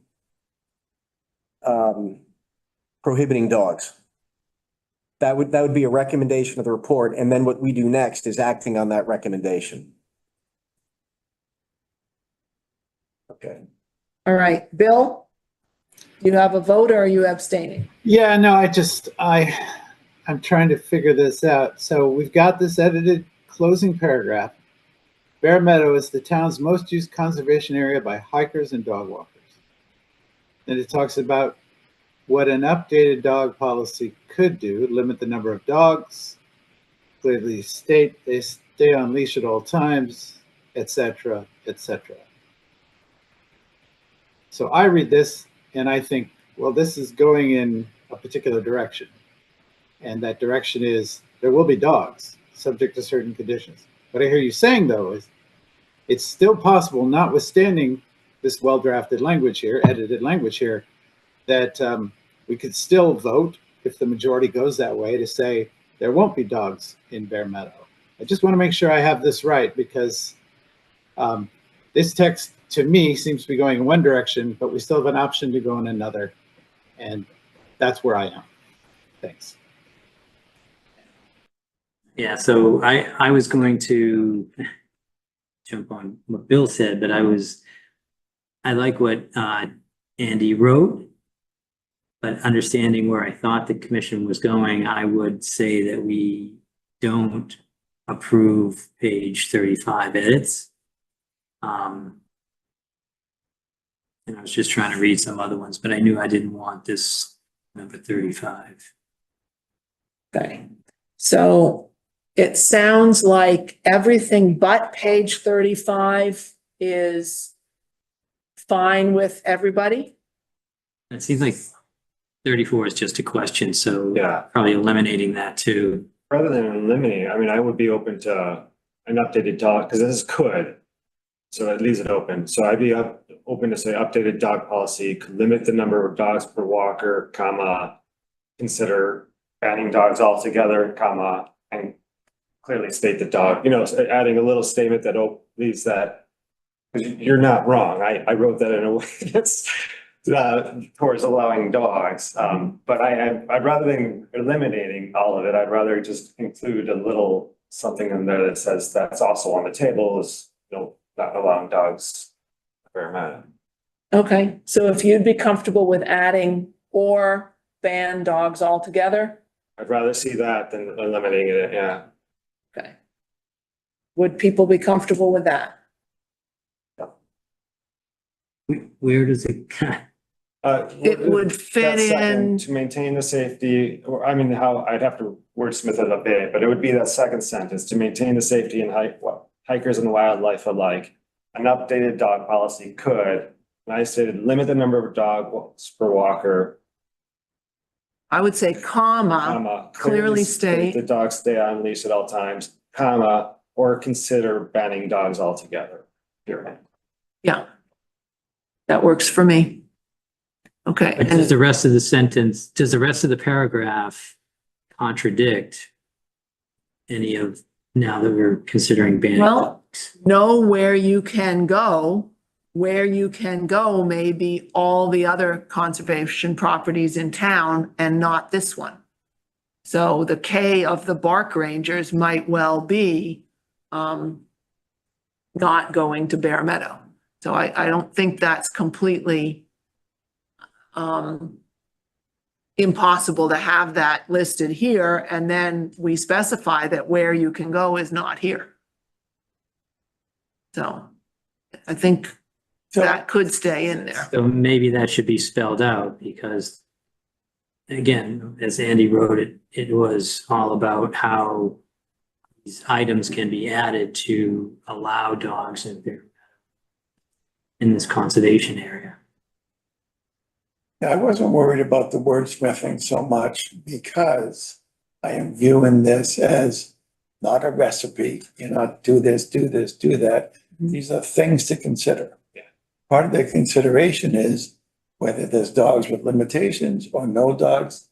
That's a different conversation we haven't had yet. So wordsmithing this doesn't change the next action. And so I'm fine with either way. Andy softened the no dogs policy to a dogs policy. That's great. How this is slanted doesn't really matter to the decision we haven't made. How about we add in, after it says an updated dog policy in the second line, for Reading's conservation lands, plural. And then some of those lands would be allowing dogs on leash and bark rangers and all that, and possibly some would be nowhere you can go, you don't get to go there. Well, because it's a Bear Meadow.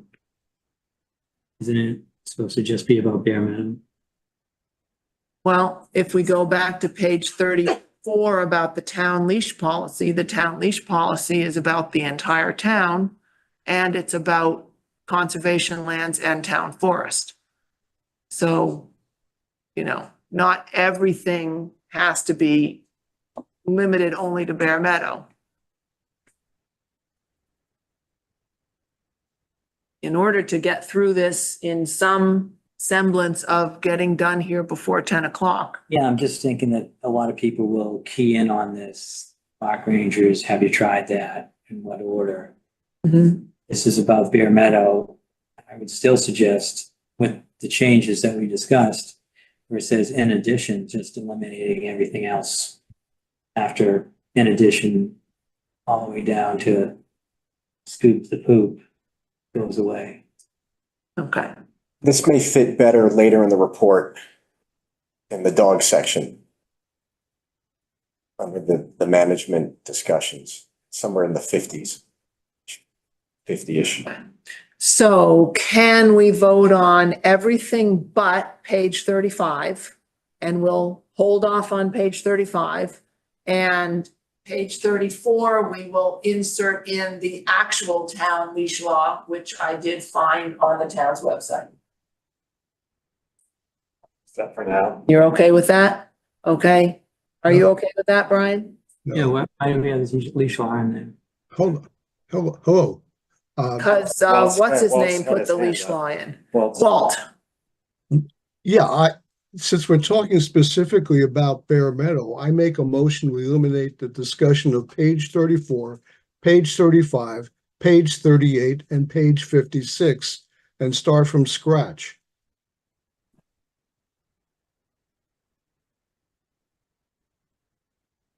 And you're talking about not my recommendation, you're talking about the report that was the Audubon report. Yeah, anything to do with dogs is a whole different discussion.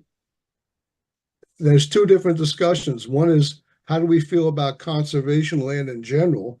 And then how do we feel about this conservation land?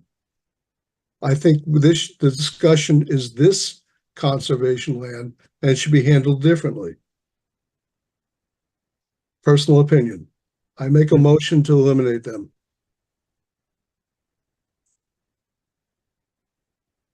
Do we have a second?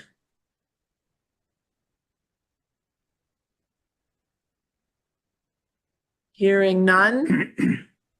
Sorry, Walter. No problems. All It's a right, democracy. what?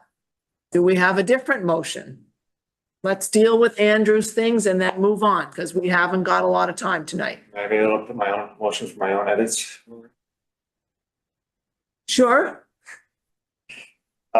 I hear Chuck's concern, but I also agree with Brian that this is a recipe. The whole thing, I've used to land use plans, writing them. There are books that go on shelves and planners and policymakers do what they want. And I read this the same way. So I support what I've written. I think it softens what we've discussed and leaves the discussion open for wherever we want to go. So I make a motion to accept for the land acknowledgement, accept the edits that I've suggested.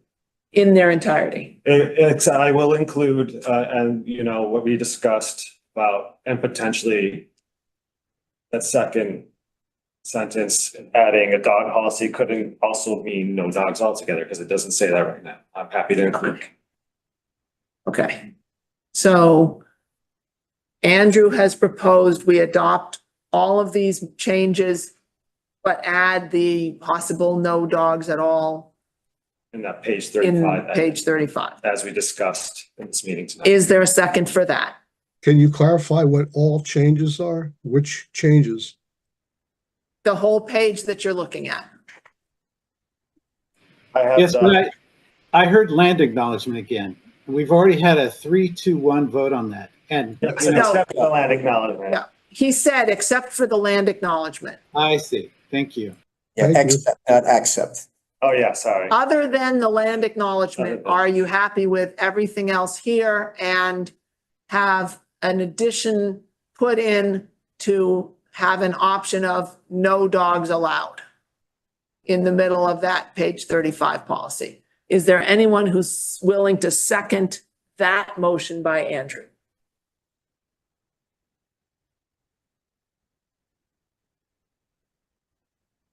I would like to second it if nobody else would.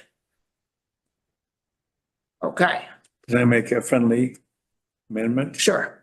I would like to not agree, not add the page 15 proposed change to that list. Other than that, The unusually.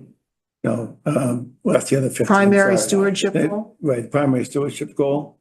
I don't agree that a primary stewardship goal includes enhancing the trail walking experience. This might be a good time for me to talk about my language since we're talking about it.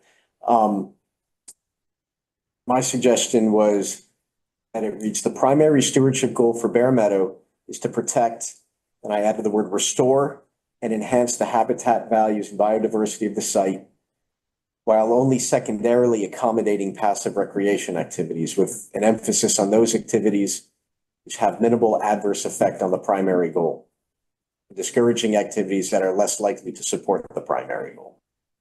That was exactly my objection to primary, including the trail walking. Yeah, I'm fine with that language.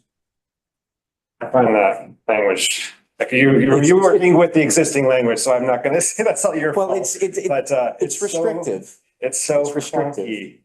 And you're not being honest. You have already improved the trails as part of this. You've redone the trail around and that was part of the Yeah, suggestions. I'm not saying we don't improve trails. I'm not saying that never happens. I'm saying I'm objecting it to being the primary goal. And I'm saying it's already such a high primary goal that you've already done it before we even approved the plan, the recommendation. But the reason for putting that trail there was to keep the trees from encroaching on the field, not to make a better walking experience. Aren't they kind of go hand in hand? Well, I we would wouldn't say- have done it in that location if we weren't trying to beat the trees back.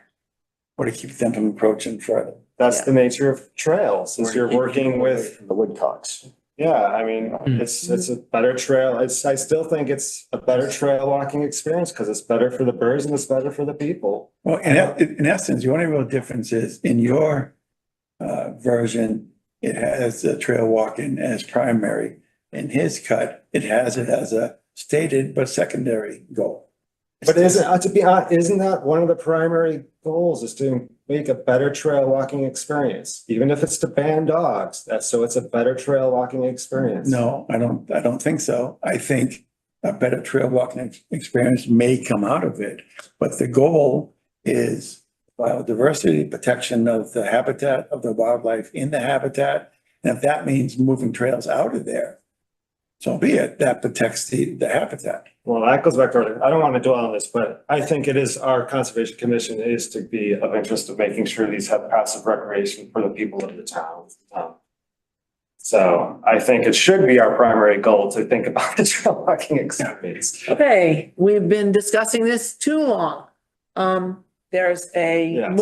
motion, there's a second, there's a friendly amendment. You are objecting to the friendly amendment. So Well, we could, let's go back to the initial language. Are we going to approve this language this way? And we can always make modifications when we decide what we do about Tony's. But let's at least tackle this. I don't understand why you're backing up so far. I think that the amendment to remove the second page 15, which can be taken up when we talk about Tony's edits, yeah, you I'm know, getting ahead of myself. Okay. can happen. And with the addition to page 35, saying, considering banning dogs also. Okay.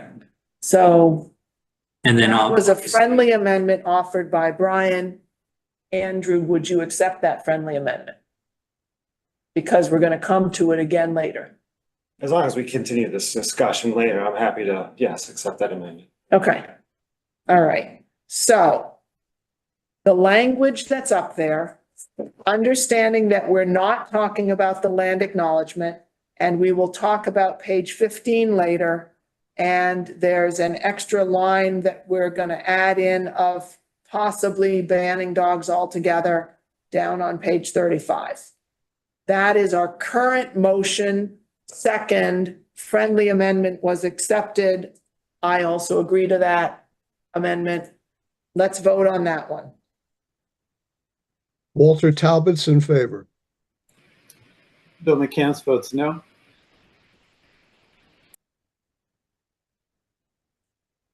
Tony Rotalakis.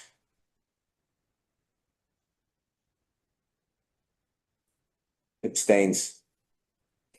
Andrew Driven in favor. Brian Bowe in favor. Martha Moore in favor. So that one, 4-1-1, passed. Okay, so we've accepted Andrew's language To some extent. with leaving out land acknowledgement, leaving out page 15, adding a little bit to the page 35. Okay, Tony's language could be here till 3 a.m. So let's try and go faster on Tony's. Yeah, Chuck, if, or Martha, if someone else wants to moderate this and zero in on the things that you think need most discussion, most relevant to the group at large, I'm more than willing to. Well, I think we just need to get Chuck to put it up, because I think we need to go through it. You know, yeah. Okay. I think we might have to do it in chunks. Like we could look at page 7, any objections to page 7? Okay, moving on.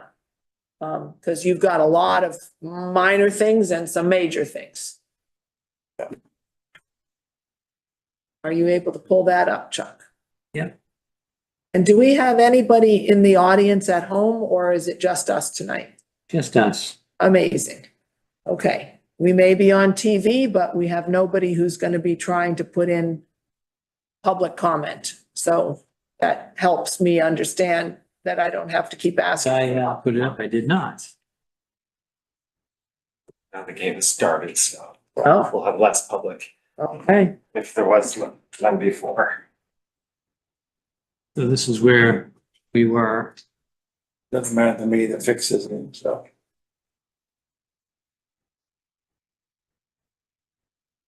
okay.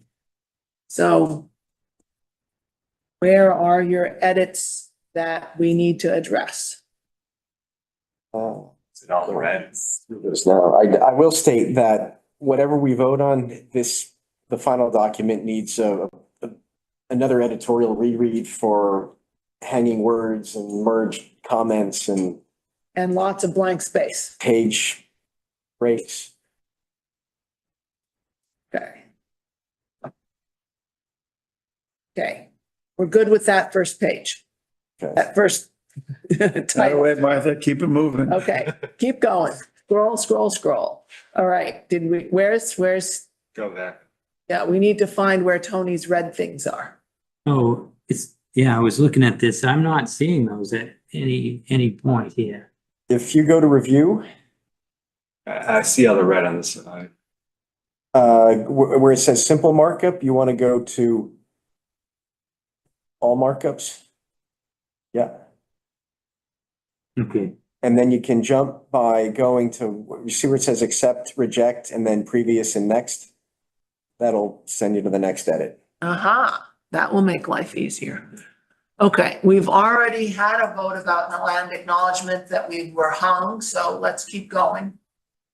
Review, under review. Go, Oh, sorry. Yeah.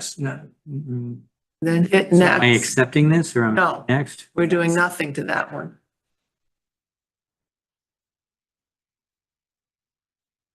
that's something weird that happened with the watermark when it got converted from PDF, the word. Okay,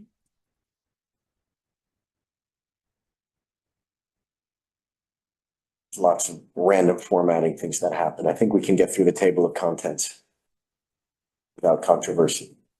okay, here we are at land acknowledgement again. Afraid it's gonna. Oh, There you go. There you go. okay, so we're ignoring that, so go to the next one. You and. If you click on the pin in the bottom right corner of that bar, that ribbon on top, that will keep all of your options perpetually in view. That's just some repagination, getting the footnote on the same page. Okay, so that we don't have to worry about the language. Okay, on this one, you just were doing format changes? Yeah, because there were other sections of the report where those were bolded, so I bolded them and I gave them their taxonomic names. Okay, and you bolded those same specific plants that were also bolded elsewhere, or you just Yes. bolded other plants? No, they were bolded in other parts of the report, or reported as being seen in other parts of the report, so Okay, just for all right. consistency. So any objections to that format change? If none, we'll move on. Okay. What about this one? It gives an elevation of 68 feet. And it's customary to identify what datum that's referenced to. Is that mean sea level? Is that NAVD 80? Is it even really important in this type of a report? Okay. So, Moving on. Is it important? Yeah, it is. all right, Please so we'll. Reference it correctly. We'll let Bill G sort that out. That was brought up, but we don't have to come up with the answer. Okay. Okay, this one. A little discussion as to why the grassland habitats are worth preserving, or at least why they're not very common anymore in Massachusetts. Any comments? Any objections? Okay, moving on. Easier to do it this way. Yeah, but did you just pass a bunch of notes? Yeah, scroll. I don't think I did A it. couple of footnotes Yeah. got renumbered. On here. There's, I don't know, something weird was going on with the spacing. The presence of exotic and invasive species including is what you added. Yes. Okay. Any objections to that? And it also says may result from disturbances to the land. Those are the changes there. Is that font different than what's around it? Yes, it got spread I don't know out. why. Or is that just That's word being word. I think that happens in certain sections. you're talking about? Yeah. Okay, any objections or comments on those two phrases? Does Bill have his hand up or just turned his camera off?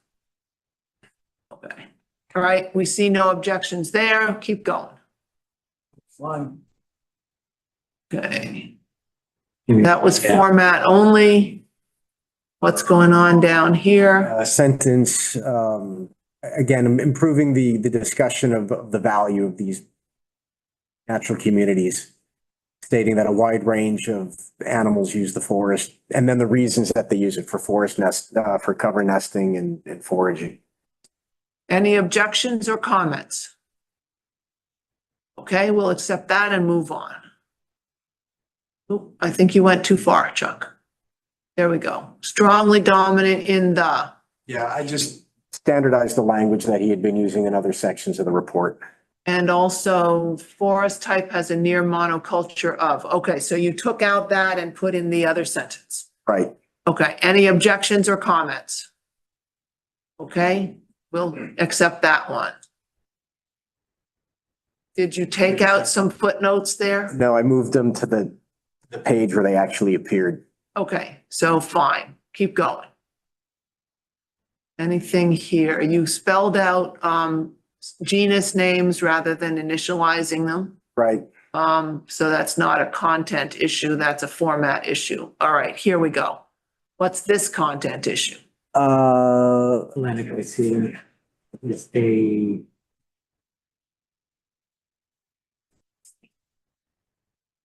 Oh, that's a discussion that talks about cedar swamps in central Massachusetts in the Connecticut Valley. So I removed it because it really doesn't have much relevance to Bear Meadow. Yeah, we have a cedar swamp, but it's the other side of town. Okay. Any objections to removing that sentence? Okay, continuing on. Format, mhm.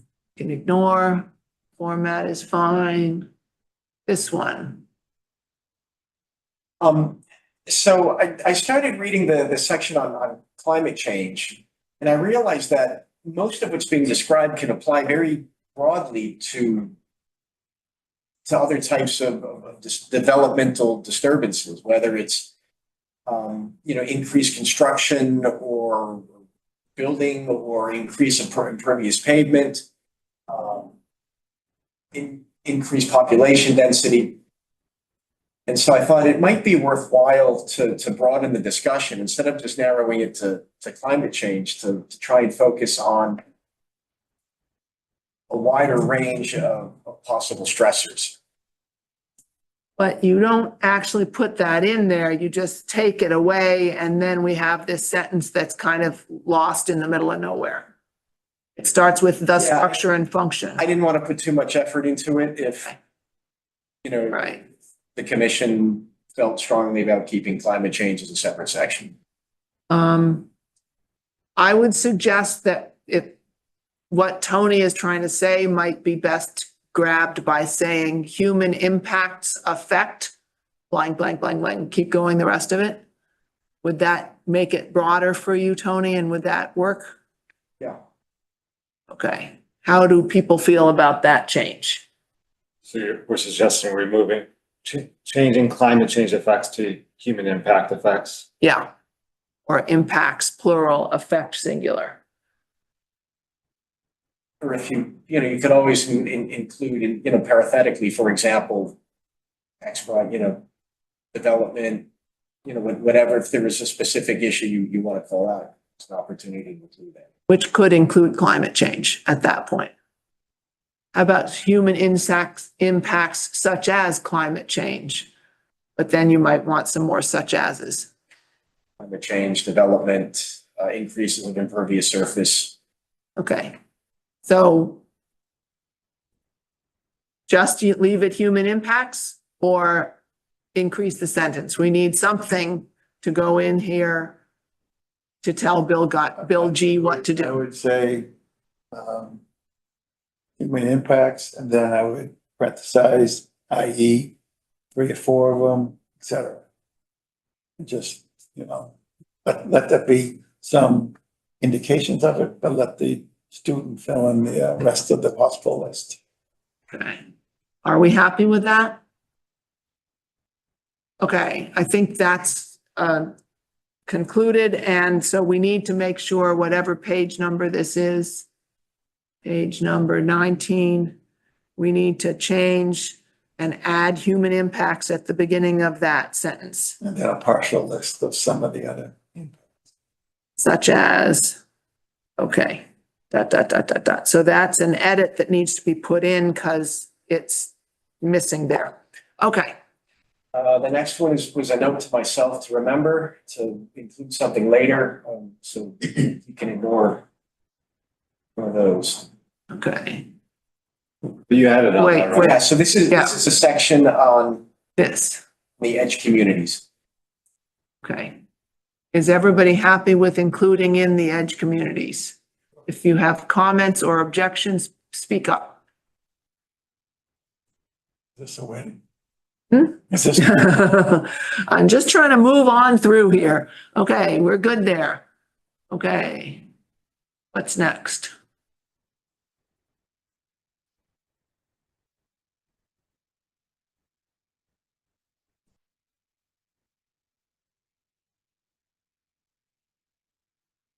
This one. Summary of natural assets. Any objections to this statement Tony wrote in? Okay, I mean, I don't know if it's the premier terrestrial conservation, or Cedar Swamp might be, but I'm okay with it saying it is a, I thought of Cedar Swamp as a wetland area. Why I qualified it with terrestrial. If that's too technical. it's a huge area, Cedar Swamp. There's certainly terrestrial first. well, maybe upland versus terrestrial? Or one of. No matter was one of Reading's premier conservation. I would be happy with that. Okay, so what page number are we on? 27. Add one of. Okay, Based on one of the discussions we had at the last meeting, I thought it might be worth adding a short discussion of who actually manages Bear Meadow in relation to other properties in town. That was a wild stab at writing it. Someone needs to make sure it's accurate.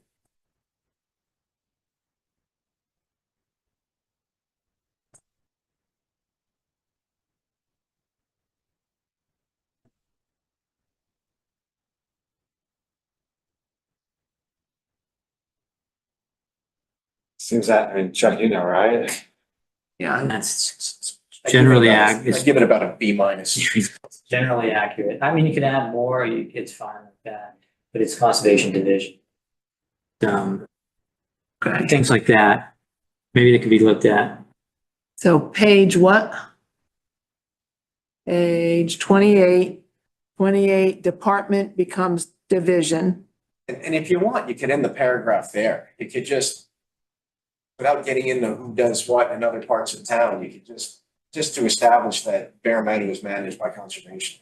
But the Trails Committee is good to know that Trails Committee is responsible for the trails within Bear Meadow. Okay, so other than changing solely. department, It's under a permit granted by Conservation Yeah. Commission. It's, as a matter of fact, that's way all over town. That's why I thought we needed. So it's a couple of mostly sentences there. Conservation in wetland areas is responsible for the trails through a permit. so we're getting a little bogged down. Chuck, are you happy with this paragraph as is, other than changing department to division, or do we need to make more edits and come back to it later?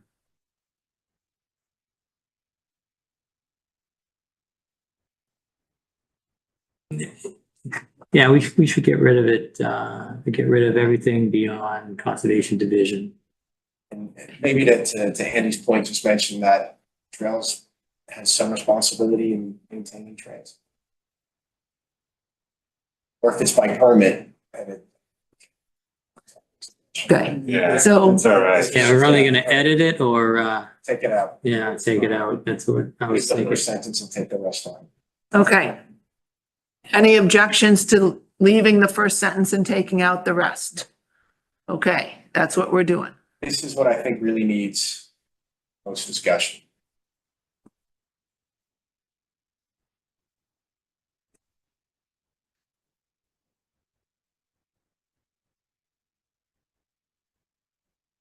I don't want to dwell, you know how I feel.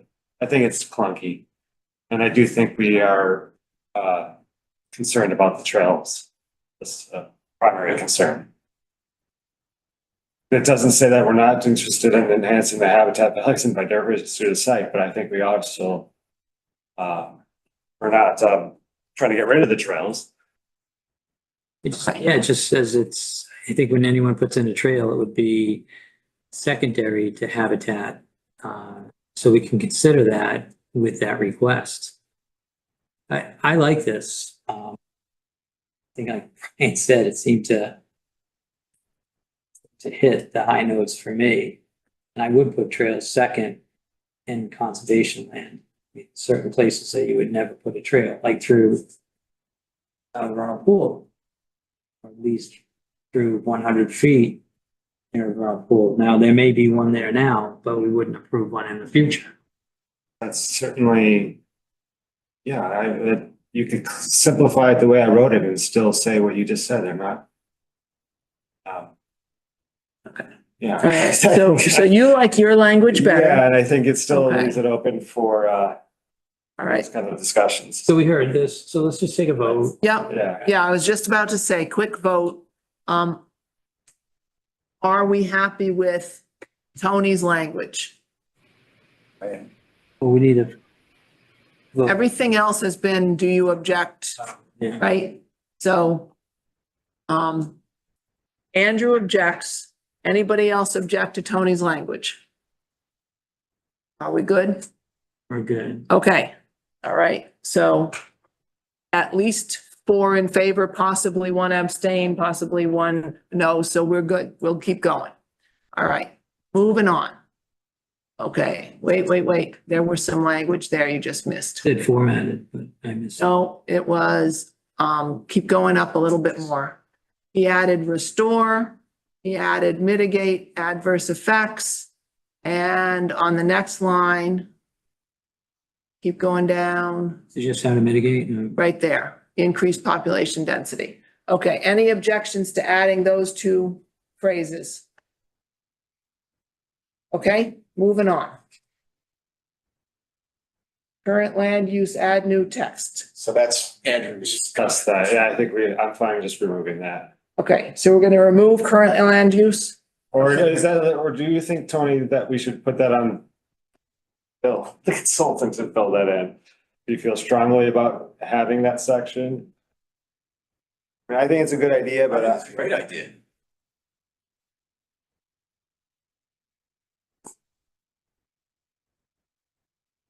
No, curious to see what he comes back with. Okay.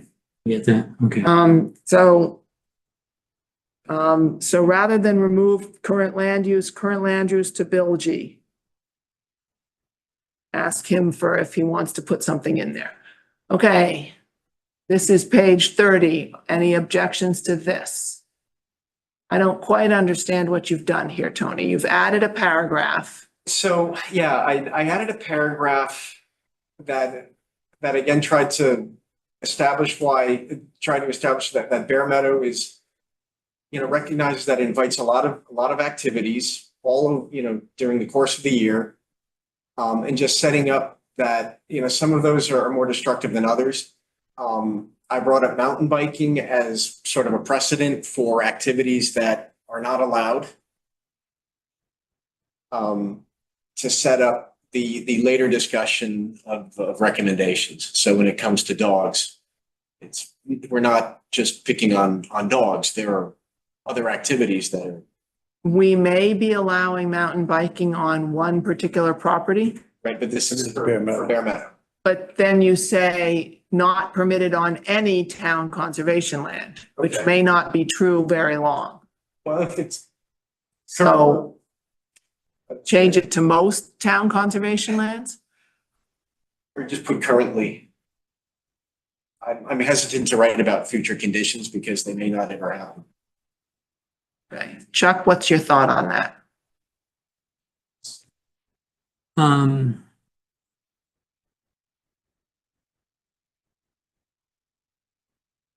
Yeah, there's not even anything in front of us as far as biking or any. Okay.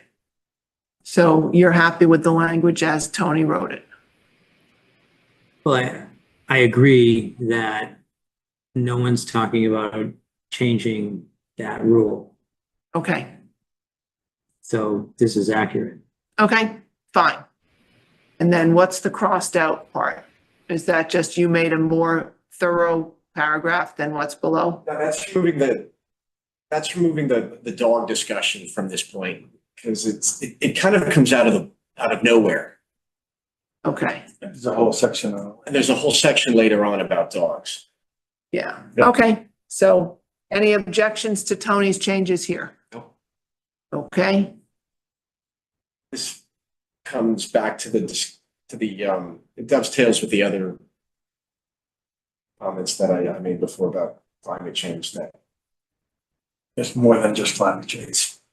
there's a lot more human impact than climate change.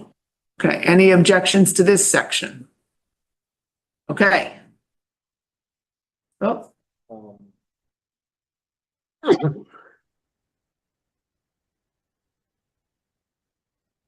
did you move this someplace else or just get rid of it altogether? This may be a somewhat clumsy attempt to incorporate those other human impact.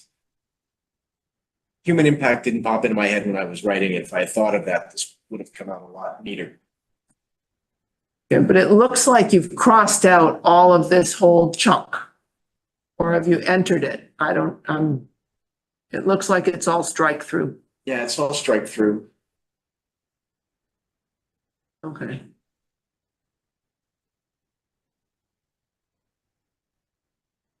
Yeah, again, I didn't spend a lot of time revising this because I wasn't sure how the rest of the commission. I'd kind of like to keep the climate impact part in there.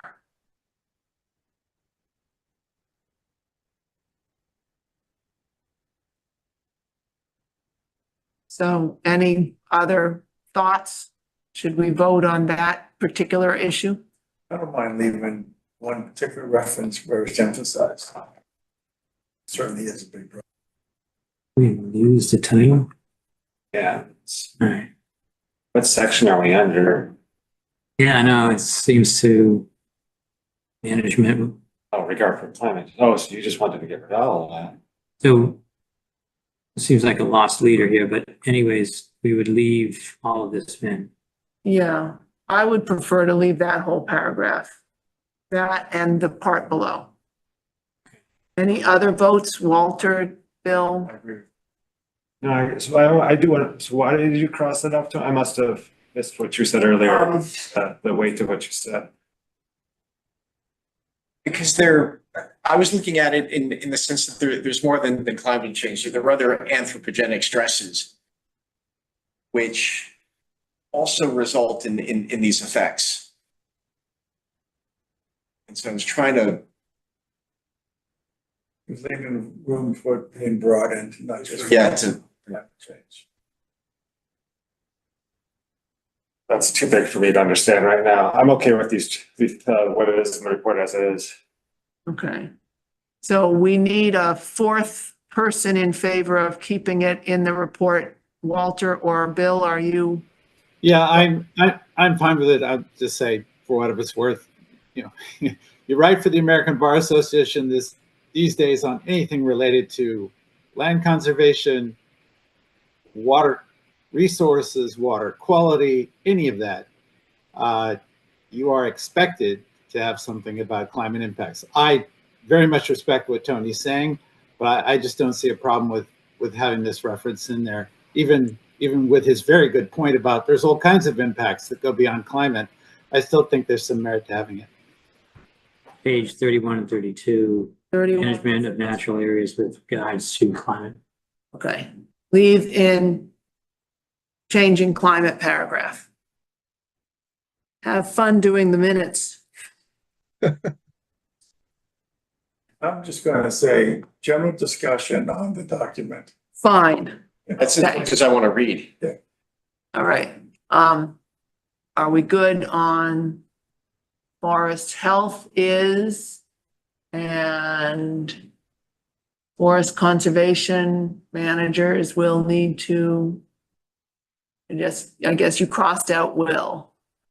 Conservation managers instead of forest managers. Okay. Manage changes. What's going on in that paragraph? It says that we're giving up managing natural habitats and species, and that we're going to start adapting management to meet certain goals other than preservation. Okay, any objections? So you're just removing it? Yeah, The whole big pink part that says Yeah. manage change? because when we talk about goals, we're talking about maintaining and preserving the habitats that are there, and this says, well, you really can't do that anymore. Things are changing. We need to manage to an expected future condition. Well, I think it's That's how I saying, read I it. think it's saying that may become the case. And the saying, therefore, as part of the stewardship of the area, you may want to consider things such as planting more southern species. I think that's a reasonable thing in a plan with recommendations for what you may do. It's not a mandate for what you will do in the future. It doesn't try and mandate the future. It's saying, here's something to think. I look at it as a way where someone could look at that paragraph and say, well, this gives us justification for scrapping the essence of the report. Things are changing. We've got to manage. Okay, Walter has his hand up, but let me just clarify, that whole paragraph that's highlighted in pink rather than strike through, you're suggesting removing? Yes. Okay, because suddenly it didn't look like something you were removing because you didn't do strike through, so Yeah, I it's was like we're confused. Yeah, again, because I'm of suggesting it. something that I thought required discussion. Got it. Okay, Walter, your hand was up. Yeah, if it's being removed, it's a moot issue. Okay, all right. So Tony would like to remove that. Any objections to removing it? I would like to to- keep it. You want to keep it? Yeah, I would agree. I hear you, Tony, but that would be a pretty I know, and people are not beyond that, but I mean, I don't think they would point to, if they want to do that, they're not going to point to this report. Remember what this plan is. It's a plan. It's not a straitjacket. It doesn't preclude us from doing things that are different than this plan somewhere in the future because conditions change. No. This is a set of recommendations with some thought behind it. Okay, Walter, it Yeah, sounds so- like people want to leave it in. What would you want to adapt there? I think the word should be sustainability. Conservation means don't touch anything. I mean, the traditional definition. Sustainability means let's use it, but make sure we don't ruin it and we do maintain it. I think sustainability should be the issue. And I don't see where the word conservation is in that paragraph or where sustainability would go. No, I'm just saying, adding something to that extent. He's not saying here, it's more a general comment. Okay, so, Walter, are you okay with leaving in this managed change paragraph? Yes. Okay, so we'll leave that in. And what page is that on? 35. Page 35, okay. All right, the next paragraph where Tony's got a lot of strike through. Yeah, I'm taking out climate change again here, because the subsequent discussions would otherwise be tied to climate change, and I think control of invasives stands on its own. It's whether it's an effect of climate change or something else, control of invasives is something that needs to be taken care of. So I've forgotten what broader section we're under at this point. Sort of lost my place here, but when we're talking about the main threats to freshwater wetlands, if we're talking about, if we're listing invasive plants as one of those major threats, it shouldn't just be tied to global change, global climate change. It stands on its own. Right, there's all kinds of reasons for invasives besides climate change. This is saying control them regardless. Control them regardless of the reason. Yeah. Okay. Any thoughts approving or disapproving of I'm okay this? with this, and I'm okay with the reason, You're okay with taking it out or leaving it in? okay with. Taking it out, Andrew? I'm just reading it since we're sort of discussing. I don't have an issue with it. So you're I'm in okay favor of with, keeping it. you want to keep it? Walter? Yeah, I can stay. Bill? I'm sorry, I don't have a strong feeling either way, so if we were voting, I'd be abstaining. Okay. Oh, boy. So we've got 2 stays, 1 go, 1 abstain. Even if I say stay, we still don't have enough to make it stay. Do we have enough to take it the other way? I don't know. We're on the fence on this So part. at this point, I think taking it out is better, but it's a slight improvement in the scope of the whole document. So if it gets us past this one thing, I'm okay with leaving what I consider extraneous language in it. And it's not a straitjacket, so. Okay. I just like to keep the focus on control of invasives and not climate change. Yeah. And I think control of invasives becomes even more of a problem with climate change does not mean we don't have to control invasives, No matter what, right? even if climate change magically turned around, we still would be thinking about controlling invasives. Yeah. Okay, so I think we've got 4 votes to keep it in. Yeah, I switch sides. Okay, and what page are we on? That's also page 35. So leave in paragraph, go up a little bit, freshwater wetlands. Okay, and I think the little bits and pieces on the next paragraph are just formatting mostly. Or editorial, which I like, to continue to protect Yeah, should be reduced to just to protect. I okay. agree with that change, and All right. it is essential. So those are minor, we can keep going. Okay, that would have to say Conservation Division there again.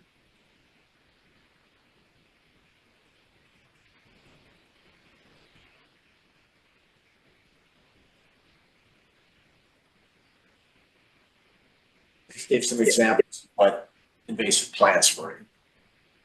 Yeah, that's good. Okay, so we're all happy with that? Okay, keep going. What page number was that?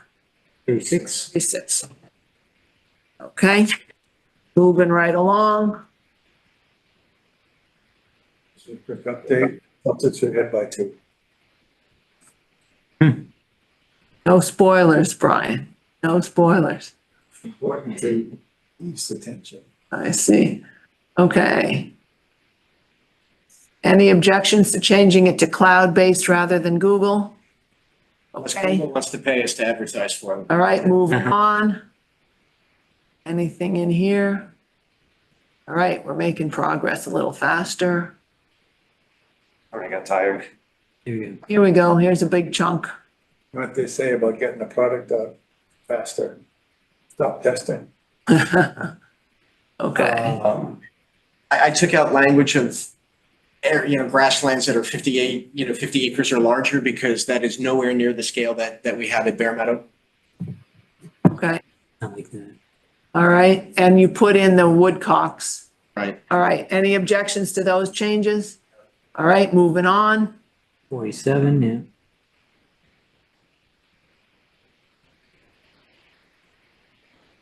Insidious was a little too colorful for me. Okay, all right. So, fine. Everybody happy here? There's nothing, so. So I didn't change it. Yeah, okay. Oh, I think we left in the change in climate paragraph, which means maybe you shouldn't change this. Nope, that's a different page number. I don't know.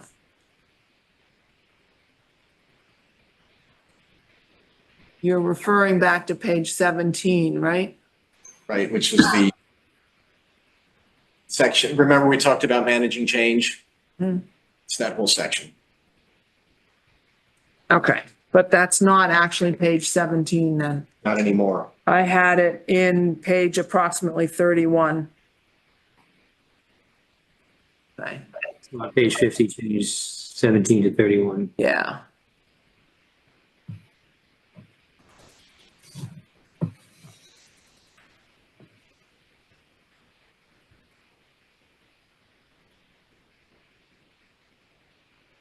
Okay, here's a big chunk.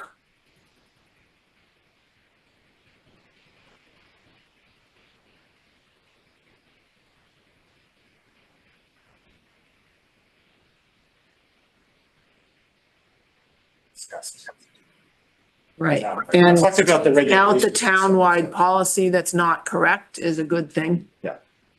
Okay, Done. all It right, doesn't matter if there's a townwide policy. I mean, this is conservation land, so theoretically it could be the same or different. right, but so there's no point in putting in a thing that says we have a May I 1st agree. policy. Not Yeah. having whether it's right or wrong. Right, okay, so any objections to Tony's changes? No. Okay, Actually, I want, reading that over, it says, dogs and other stressors which adversely affect forest health. I would broaden that.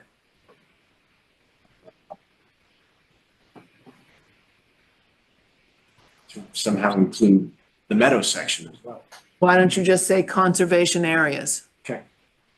Okay. Conservation Page 54. Now you object? Okay. Forest health, Well, you can't object to them being stressors. Your question is, in spite of that, you think that that benefit is worth still allowed. I don't have to. okay, all right. Other than that, no objections? Okay, moving on.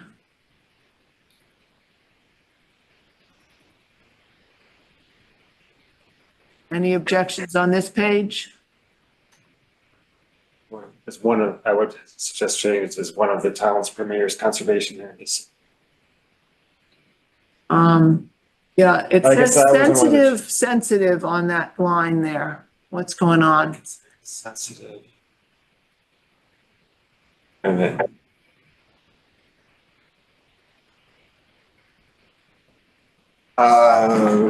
You can take out the first, the sensitive.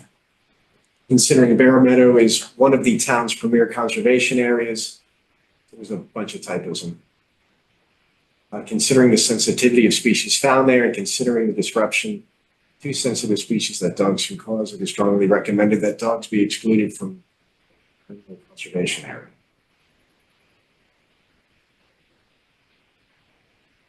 Tried to soften what Audubon had written as the one place where dogs should be banned. All right, That and, was a little too and harsh. the problem is you put considering the sensitive twice. Yeah, take the so- first one out. Get rid of the first one. What page are we on? That whole first clause has to be, Page 56. Take out, should And- read, considering Bear Meadow is one of the town's premier conservation areas.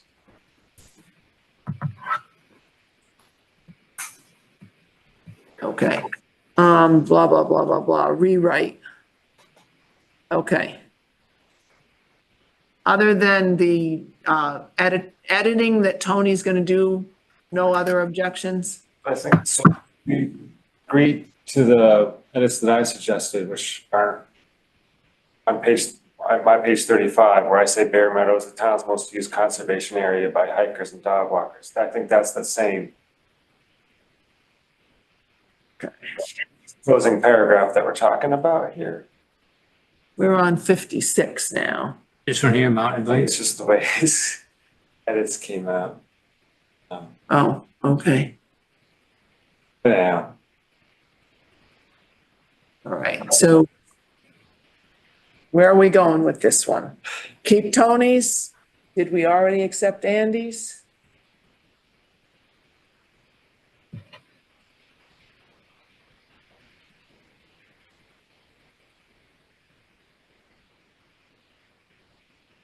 Send it to committee?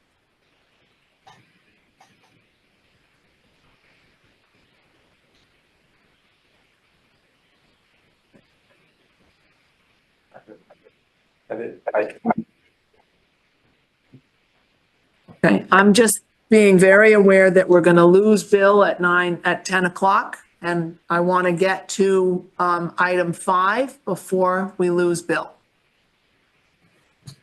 And we're on page 56 of 83 or something like that. So did you say Andy's or Tony's? Is there a vote? That's, I'm having trouble figuring out where Randy's language ties into this. Are we on the dog, is that the dog section that we're talking about? No, No. Oh, okay. Okay, so we're good. So let's, so we're Then I okay? think we don't need that statement there. I don't think we should add that. which state? Go, this one. Oh, that one, okay.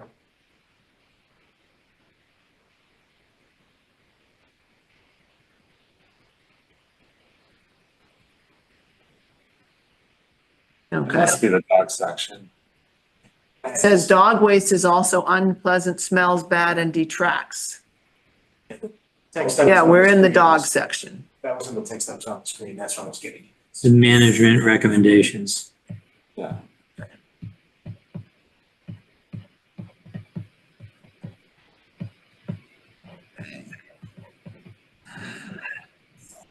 I don't know that we can, I'm not sure exactly what your objection is, so I'll try this.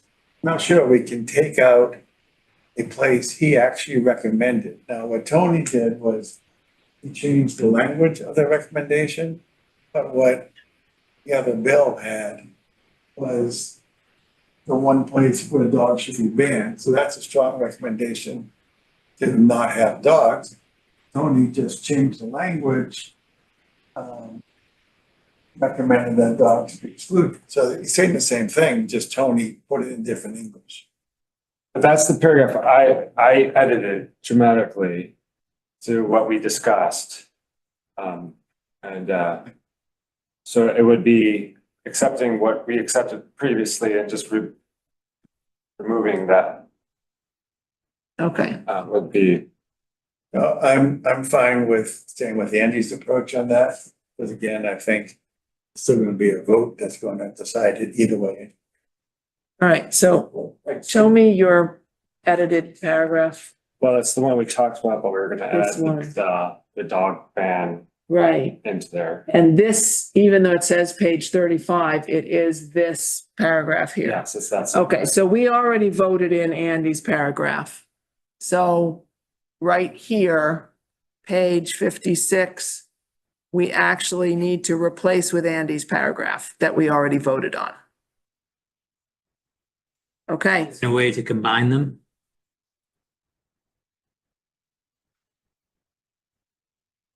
They contradict each other. I don't have Andy's in front of me.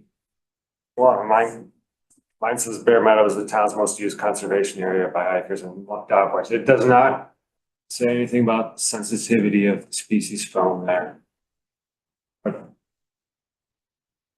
and it does not recommend that dogs be excluded. Well, it isn't, it does recommend considering excluding dogs. Up there, but not in your paragraph. No, we added that. That would be added that to his, where it opens it as. Including excluding dogs, we added, yeah.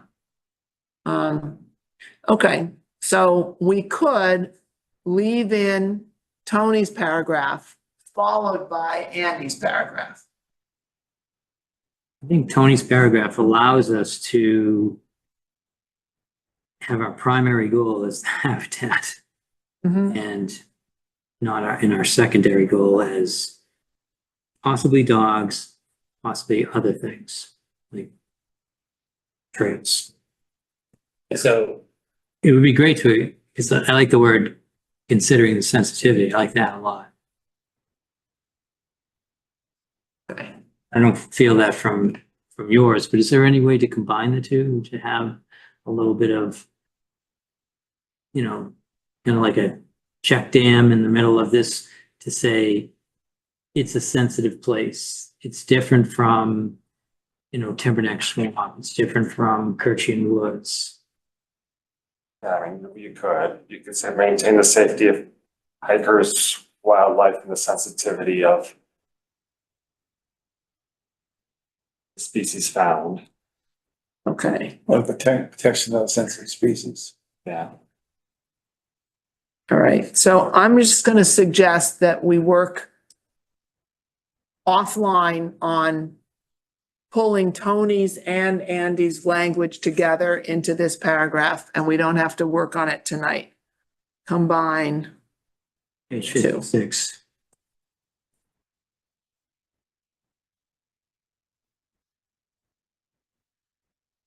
Okay, moving on.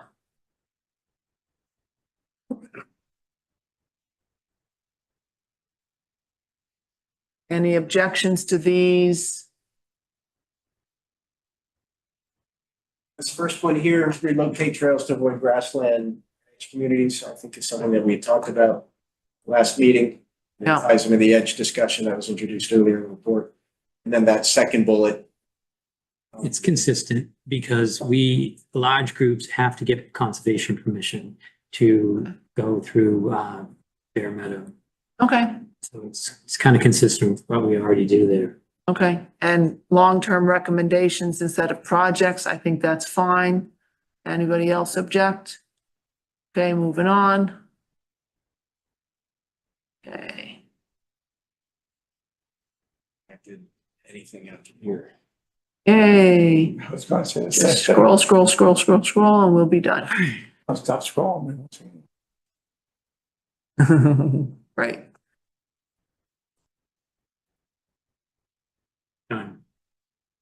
Oh, recommendations. I think this is repeated. Back here again. I did this before. I just thought that it's repeated. So I just carried the changes. Okay. All right. Simple. We now get to vote on this entire changes that Tony made.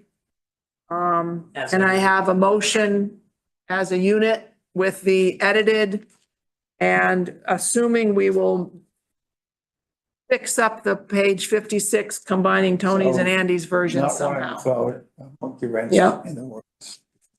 There's a lot of changes. Yep. Some of them are fairly vague, clean this up, rewrite that. Mhm. Does it make sense to vote on it now, or should it be, there'll be an updated version?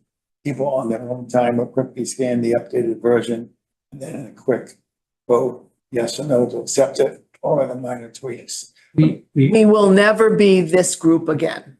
so Fair we enough. voted on, I think the vote and the changes are recorded.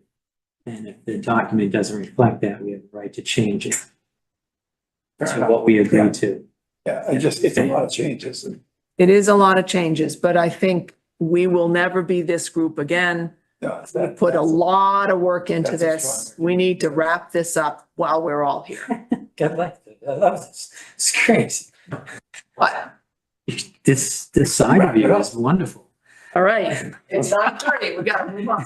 Okay, can I have a motion to accept this document as edited? The only point of contention I have is the goals. As you've added versus page 15, so I will absolutely put a motion forward to accept the edits recommended by Tony, except for the goal edit suggested on at one point, page 15. At some point. We accepted your page 15. Is that what you're talking about? No, mine has not been accepted. No, I objected to that. Oh, There's 215, so the ones that was not. We accepted Andrew's language 411 with a couple of exceptions. The only thing that wasn't accepted was the Right. page, All right. Okay.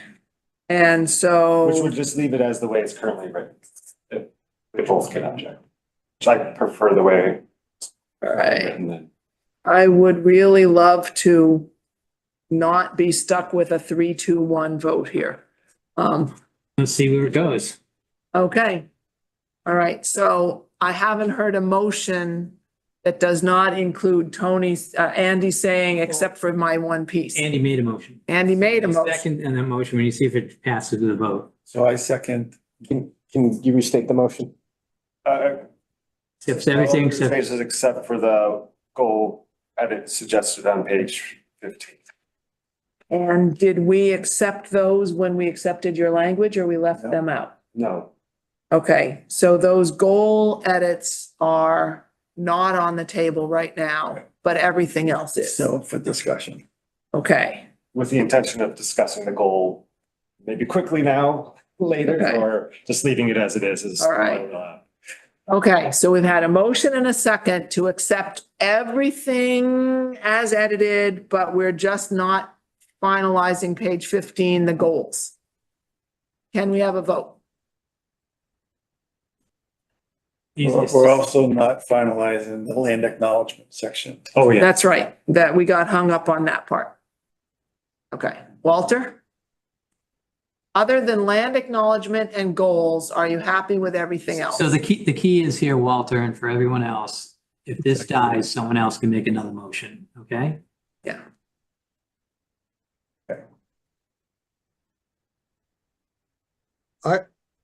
I must confess, I would like to see something in concrete before I vote, so I'll abstain. Oh dear. Bill? I have a clarifying question. I don't understand. If one were to vote yes on this, that means there's no goals, or the goals stay as they're currently written? We will still have to fight over the goals. They are not accepted either way. We will, that'll be the one piece, and the land acknowledgement piece will be the pieces that will carry over to future discussions. I see. But Then I apologize, but I'm voting no. I'm voting no as well. I vote yes, but my understanding is the goals would stay as they were written. They don't disappear. Okay, Disappear, but they're not. all right. accepted yet. Yeah. But we've got 2 noes and an abstain and a yes. These are your changes for the most part. You just voted no to your own changes, No, I voted no to Motion. to that motion. motion. Okay, so that motion failed because we don't have enough yeses, regardless of what you and I do. Yeah. Can anybody make a motion that might pass? Yeah, motion to accept all the changes as discussed tonight. And if there were any accepting the land acknowledgement piece, which And the goals. And that's what he just made. I'm gonna start from the top. I move to accept all the changes discussed tonight. Full stop. No exceptions, just what we've discussed. The other sections were discussed, so it's an umbrella. The one thing we didn't agree to was the land acknowledgement. We were hung on that one. no, we'd agreed to incorporate the libraries. We only got 3, 2, 1. You can So put in here if you 3, 2, 1. want, see what happens. That's not what Tony has.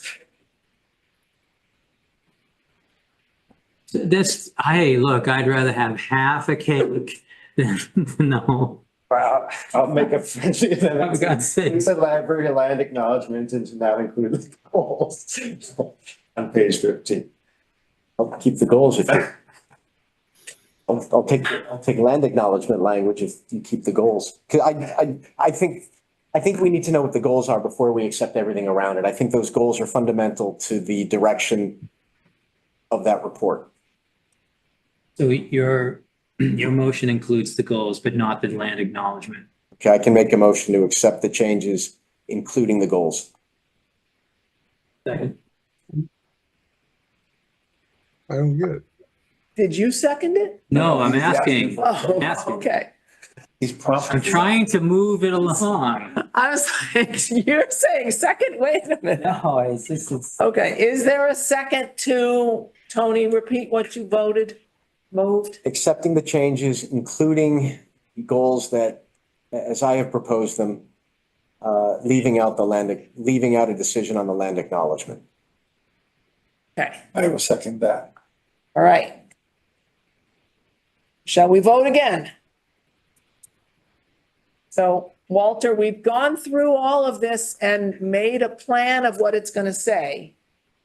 And you are welcome to review those edits to make sure they match what is in the YouTube video that we will be able to watch and make sure it matches. And if it doesn't, we can still make changes. Right. We need to make the paper copy match the discussion tonight. And Tony has just moved, Brian has seconded to accept all these changes that we've discussed tonight. Other than land acknowledgement, we are not going to include, correct? Will not include in the vote. Yeah, yeah. You just said other than land acknowledgement, we're not going to include? So that's Everything not part of else- the motion. Yeah, land acknowledgement is not part of the motion because it already failed once. So we're not bringing it back up. Land acknowledgement is not involved, but everything else we've discussed, including Tony's version of the goals, that's the motion that's on the table. Do you want to think about it and let other people vote? We'll come back to you last. I'll vote in favor. Okay, Bill, Bill McCants in favor. Tony Rotalakis in favor. Andrew Shipman, not in favor. Martha Moore in favor. Brian Bowen in favor. Okay, 5-1. Okay, phew. You walked right over me. I don't know what the deal is, but this is good. Okay. All right, and so it doesn't have a land acknowledgement in it for now, and we can come back to that another day. Okay, Very quick comment. I just want to thank Tony for what must have been an incredible amount of work. So. Of just love. wanted to put that out there. thank you, Bill. Tony, you're right. Thank you, Bill. Thank you, Bill, for bringing that It's a up. labor of love, and now I was looking forward to. Okay, all right. Tony's the man. I appreciate it, even though I voted no. I appreciate all the work as well. Okay. We now have the Bear Meadow rules. There's a revised version. Can you put it up on the paper, on the board? Lots of discussion has already happened. I don't think we really need a lot more discussion tonight, and I would like to, if anybody has a really quick thing they needed to say it. We have, is this the version? Is this your, No dogs are allowed. Yes, this does not say with one exception. So this is the most recent version. This made the modifications that Walter objected to because it got rid of the with one exception piece. All right, so any objections to this language in this document before we vote whether or not to accept the document? Is this the language that we want to vote on? So we're going with 3 dogs instead of 2 that might be on other properties? Town forest is 2, but all the other properties, it's up to us. Okay. And town forest is not in effect yet. That's right. Did we, Anybody want to change it to 2? should be consistent, but Just because town forest chose 2, do we have to? we don't, but being consistent means something. Oh, but town forest is limit of 2 off leash. Ours are on leash. So we're not consistent. We're saying our dogs are all on leash on all town lands and are staying on marked paths at all times.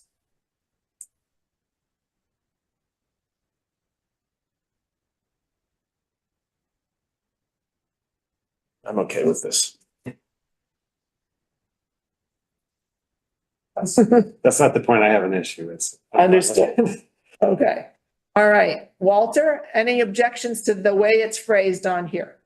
The only question I have is, we discussed last time about the fine. Is $100 sufficient? And we got An email from Jen Hillary pointing out that by Massachusetts law, we are constrained to $100. Fair enough. And I did read the language. I couldn't find a hole, not that I'm a lawyer, Bill. Okay. Bill, do you have any thoughts on that one? No, as I said, for some reason, the fines that are in the local wetlands regs go up to $300. But that would be section 21 as opposed to 8C. And frankly, I just don't think we should touch it, take that risk. Sometimes it's better not to ask the town why something is inconsistent, rather just stay with what we know. And as Brian said, the plain language indicates $100. So. Okay. All right. So no edits have been made. Can I have a motion on whether we accept this new version of the conservation use rules? Oh, wait, we need to edit the top where it says what date it takes effect. Right. Yeah. So if we vote definitively tonight, then it's early June. Do we want to say July 1st? Is that pushing it? No sooner than July 1st, in my No sooner opinion. than, but. Anybody think July 1st is too soon?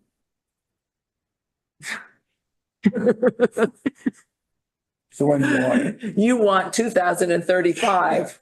Well, that's 2 weeks, more or less, isn't it? Yeah. I think even barring my preference of not doing it at all, I think July 1st is too soon. I think it's too soon. Okay. August 1st, September 1st? That's too late. How about August 1st as a compromise? It's about 7 weeks, not a year. That might give us time to get the signs made. Yeah. And post it. Okay. And You talking this, get around, people are no trying. problem with the signs. Right. So August 1st? Okay. All right. So with that one edit, August 1st, can I have a motion to, I'll make a motion to accept the language of the rules for conservation areas as written here with the amendment of August 1st for the effective date. This is Tony, I second that. Walter Talbot's in favor. Bill McCance in favor. Anyone like us in favor? Andrew Jabin against. Brian Bowe in favor. okay, Martha Moore in favor. 5-1, we have passed new regulations. What do you say we skip down to, I think about skipping down to number 13 while we still have everyone here. Good point. Okay, I would like to ask if anybody would be interested in taking over as chair, which would start with the first meeting of July. Would volunteer for that. Okay? Anybody else interested in being chair? It's a lot of fun. Okay. I would be happy to let Brian take over as chair. So Do we need to make the motion for both chair and vice chair at the same, or can we do them? we do them separately. Yeah, I'll make So- a motion for Brian Bowe to be chair of the Conservation Commission. And I appreciate your time, Mark. Thank you. Good A night. second? Do we have a second? I will second that. Okay, can we vote? Walter Talbot's in favor. Bill McCance in favor. Tony Rodolakis in favor. Andrew Jabin in favor. All in favor. Martha Moore in favor. Hey, 6-0, we voted unanimously. Okay, is there anybody who's interested in being vice chair for the Conservation Commission? I'm not volunteering. The vote. Okay, I will nominate Martha Moore. I would be Even though she willing to hasn't accept that volunteered. nomination. I am perfectly happy to step down if there's anybody else who would like a turn. I will second that nomination before she changes her mind. Okay, I don't think we actually made a motion to be seconded yet. it was a saw Walter. nomination and a seconded nomination. Nomination, no. Okay, Okay. Tony Walter seconded. looked like he needed to say something. Walter? Walter Talbot's in favor. Bill McCann's in favor. Tony Rodalakis in favor. Andrew Gibbon in favor. Brian Bowe in favor. Martha Moore in favor. Okay, I will be vice chair as of July 1st. Brian will be chair as of July Oh, I 1st. thought it was August 1st. That's too soon. No, no, one more meeting. Gotta be on a leash too. Hey, Okay, all right. I'm gonna keep it more than three of me. While we are at it, let's move to the minutes for approval. Anybody have objection to the minutes? I already submitted my comments. Okay. Can we have a motion to accept the minutes? I move to accept the minutes from May 22nd. Second that.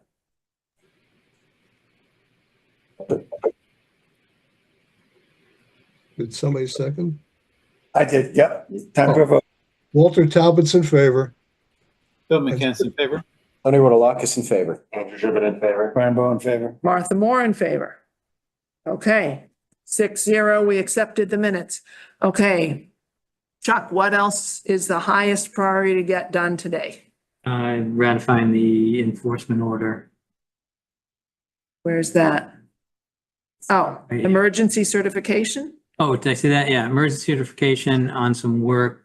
So it was brought to my attention by the assistant DPW director that Charles Lawn Cemetery located on Charles Street during the Memorial Day weekend. It was raining out and all the Ailanthus. can I say that out loud? Ailanthus. Ailanthus trees were, they're just like tiny little wisps of trees got weighed down because they had such, had leafed out and there was weight there. And so no one could see up the road. And the comment was made to the town that they should straighten that out. So it was a visual screening issue. So this was in our jurisdiction. It was also a permit and a lot of controversy about where and where not the forestry department could cut and trim and whatever. So anyways, I wrote this emergency order to allow them to remove that issue. And if you can see right here, it's as you're entering Charles Lawn Cemetery, coming down past the Memorial Park, you're going to get into this area. Cemetery's up here. Here's the stream. And it was just this area here. An emergency order is only issued to alleviate emergency. There is other work there, but it wasn't needed to take away this emergency. And the advice I gave to the DPW department is come back with a permit that the commission can review. So they did enough work to make sure that there's no issues out there. They want me to go back and take a look again, but I've already looked at it and I feel like whatever's left can go into a permit. I went back today and looked, and I could see, without even pulling out far, I could see 4.5 telephone poles down the road. So it's 45 feet apart. So it's 160 feet. You can do the math, 66 feet per second, 30 miles an hour. It's Good enough. It's fine. I think that they had done enough work for me. So I'm unlikely to allow anything else without a permit. So I'm asking for, and so it was declared an emergency by DPW Director Mike Kesselman, and he's our new DPW Assistant Director. So anyways, ratification is needed, and they wanted to notify me. Funny point. So what I need to write is you need to notify the Conservation Office when the work is complete by email to my email address, because they actually notified me through another means, which is called SeeClickFix, which is in the kind of like the DPW domain, and it just didn't register. I didn't think to look behind that door. So the work's completed? Emergency work's Emergency completed. They want to come back with a lot more work. They have a lot more desire to push back all that vegetation and do more work. You'll be not only seeing that coming up, but getting a site visit so you can understand it. The emergency work that was done, none of the trees were over 6-inch diameter? No. Okay. All right, so we're ratifying tonight just the emergency work, but you're giving us a heads up that there will be a permit coming before us later, Yeah, correct? yeah. Okay, can I have a Does motion Brian to make a ratify? motion to ratify the emergency order for Charles Lawn Cemetery? Would you like to do the honors, Andrew, in your last meeting? I will second that. Is that the first one you ever did? How about a vote, Walter? I didn't hear the second again, sorry. Sorry. Was I Andrew seconded seconded? Andrew, Oh. yeah? And you moved? Walter Talbot's in favor. Bill McCants in favor. Tony Rodalakis in favor. Andrew Gibbon in favor. Brian Bowe in favor. Martha Moore in favor. Okay, 6-0. All right. We've done 13, we've done 10, and we've done 12. I think only Brian and Chuck are going to be at the Porch Fest on the 22nd. Yes, Okay. I'll be Any- wearing tie-dye. Any other information needed about the Porch Fest? Other than we're putting a flyer together and we'll do a media blast for the pavilion, the Material Cabin Pavilion Porch Fest. So if you see that, talk it up. I'd like to get a lot of people there. We have 3 bands coming. and- 3 bands. 3, yeah. They're gonna, it's like a 2-hour, 2 2 o'clock hours to 3 apart. Or 2-hour, what do you call that? When they do like a 2-hour sets. Or At least between I sets. think between setting up the set, breaking down, it's gonna be about 2 hours. There'll be 3 bands there that afternoon. Okay. Hmm. All right. Every 2 hours, a new band starts. Something Yeah, so like that. so I'm sure you're all gonna get the media blast. We're gonna have the schedule on that. And the band names. Okay. All right. Any bills to approve? There are none, but most likely we'll have bills to, we'll have a list of purchases to approve at our next meeting. Because me and Brian are going to get together and spend the rest of our budget on that list we put together before, but never got to. We've been doing our best to get rid of it. We still have some left. Well, we have signs for Bear Meadow to make. I would move them to high priority because we just voted a new dog rule. Yep.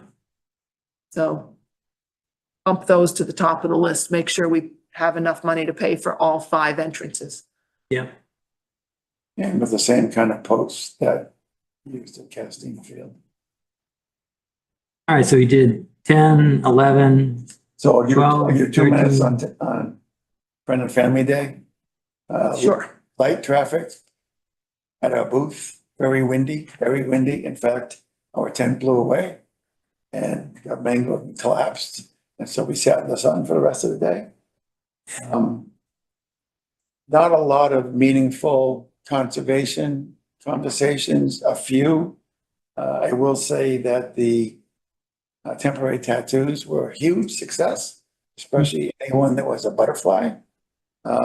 And one more important point of interest is somebody came by, Martha, take it from here, because she actually knows this person and his family. Oh, Philip Worth is interested in helping out, but when we really dug into it, what he wants to do is trails work. But his wife, Joan Vogel, might be interested in putting in an application for being a Conservation Commission member. So we need to She's an see if we can environmental reach out to scientist. her. Yeah, yeah. She's the person who got Reading High School involved in the Envirothon competition. oh, great. So many years ago.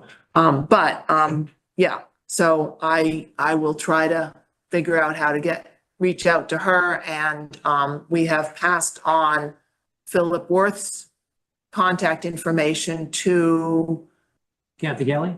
no, he came by the booth, Kim Honigschlager's husband, Will Finch. Will Finch came by and picked up that information. So, Yeah.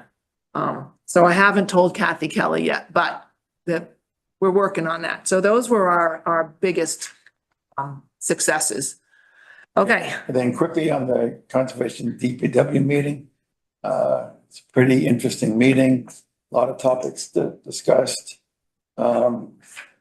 I will say, when I'm don't go into detail, but I would say one common theme was there really isn't good communication back to us, not notifications.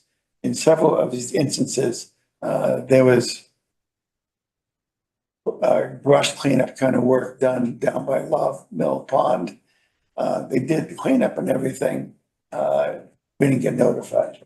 Likewise, there was mowing at Matera Cabin, no notification. So a general theme was notify us, and that's where Chuck's comment came on. We want them to notify us with an email directly to Chuck, because it turns out they did do some notification, but with that, the quick fix mechanism, which isn't top Well, of mind. they didn't do any at Lob's Pond. Right. Okay, so, and that's the general theme. It was a much more inclusive conversation than usual. That's what I'll give saying. thank you. Okay, Well, that's it. And Town Forest parking lot meeting tomorrow at 2:00. Everyone is welcome. There will be speeches. I don't know what else there will be, but there will be They're not speeches. long. Yeah, We won't get bored. the delegation will be there. okay. So, and they'll be doing the ribbon cutting. Ribbon cutting, okay. Should I wear my suit and tie or can I go in my woodsy clothes? Gonna be pictures taken. The ribbon cutting, the delegation's there, your decision. Okay. This is the time when it would be really nice to be a guy and I just would always put on my tie and jacket and I'm good to go. I'm not doing that. All right, we can almost get done. Thank you all. Bill. All right. Almost. Oh, we lost him. One thing before we close, I wanted to thank Commissioner Dribbin for all of his service and his thoughtful commentary and his fantastic observations that he's given over the years. So we're going to miss you. I'm going to miss you. Yeah, I'll ask you two times. Second that. Next meeting? No, I will not. Good, yeah. You're You had to say your goodbyes today. Right. I agree with Thank that. You you. come to our next meeting? You should. I'll try to make it work. Definitely will be zooming in at a minimum, but I'll try to make it here. Yeah. Well, I appreciate your wit and your good humor throughout and I don't know. Yeah, how can I say, you're a decent guy. Thanks. So someone who would be valued on any committee. Andrew, best wishes. Thanks, Walt. And I'm just going to say, I really appreciate that you dig in deep and then stick to your guns. Even if you don't always agree with me, I really appreciate that quality in you. Thank you. And when you And get I to- know the FinCom will be happy to have you on their committee. I already got the memo. They might be John and Joe. It was, both of them came by the table. Okay. Friends and Family Day. All right, so we can end it. We can. Okay, I have a motion to adjourn. This is over. Can I make one comment, please? Yes, please. I will be unavailable for a little while. I'll be taking a trip to Europe and I will be back for the meeting on the 26th. 26th of July. June or July? Oh, we're not doing any more meetings this month. Never No, mind. we are. We've got another meeting in June. You tomorrow. Yeah. morning. 26th. So you will be back for the June 26th meeting? I'm sorry, it'll be the 19th, won't it? Huh, I think you're saying that you'll be there for the meeting, but you won't be available for site visits and such beforehand. yeah, that's correct. It's past my bedtime too, but I'm here for it. All right. yeah, So I'll be here that's the I'll critical be here thing. for the 26th meeting. Okay, So 2 weeks from now, you will be back and be able to be at that meeting, Those are the words I wish I had said. but not Tony. Me. And so we still have 5. So we have a quorum for that meeting. So we can hold a meeting on June 26th. Thank you. Glad to hear it, Walter. Walter, thank you. All right, can I have a move to adjourn? At 10:02. Motion to adjourn at 10:02. Second. All right, good night, everyone. Good night. Thank you. All in favor? And Okay. Thank you. I know. Brian, you seconded?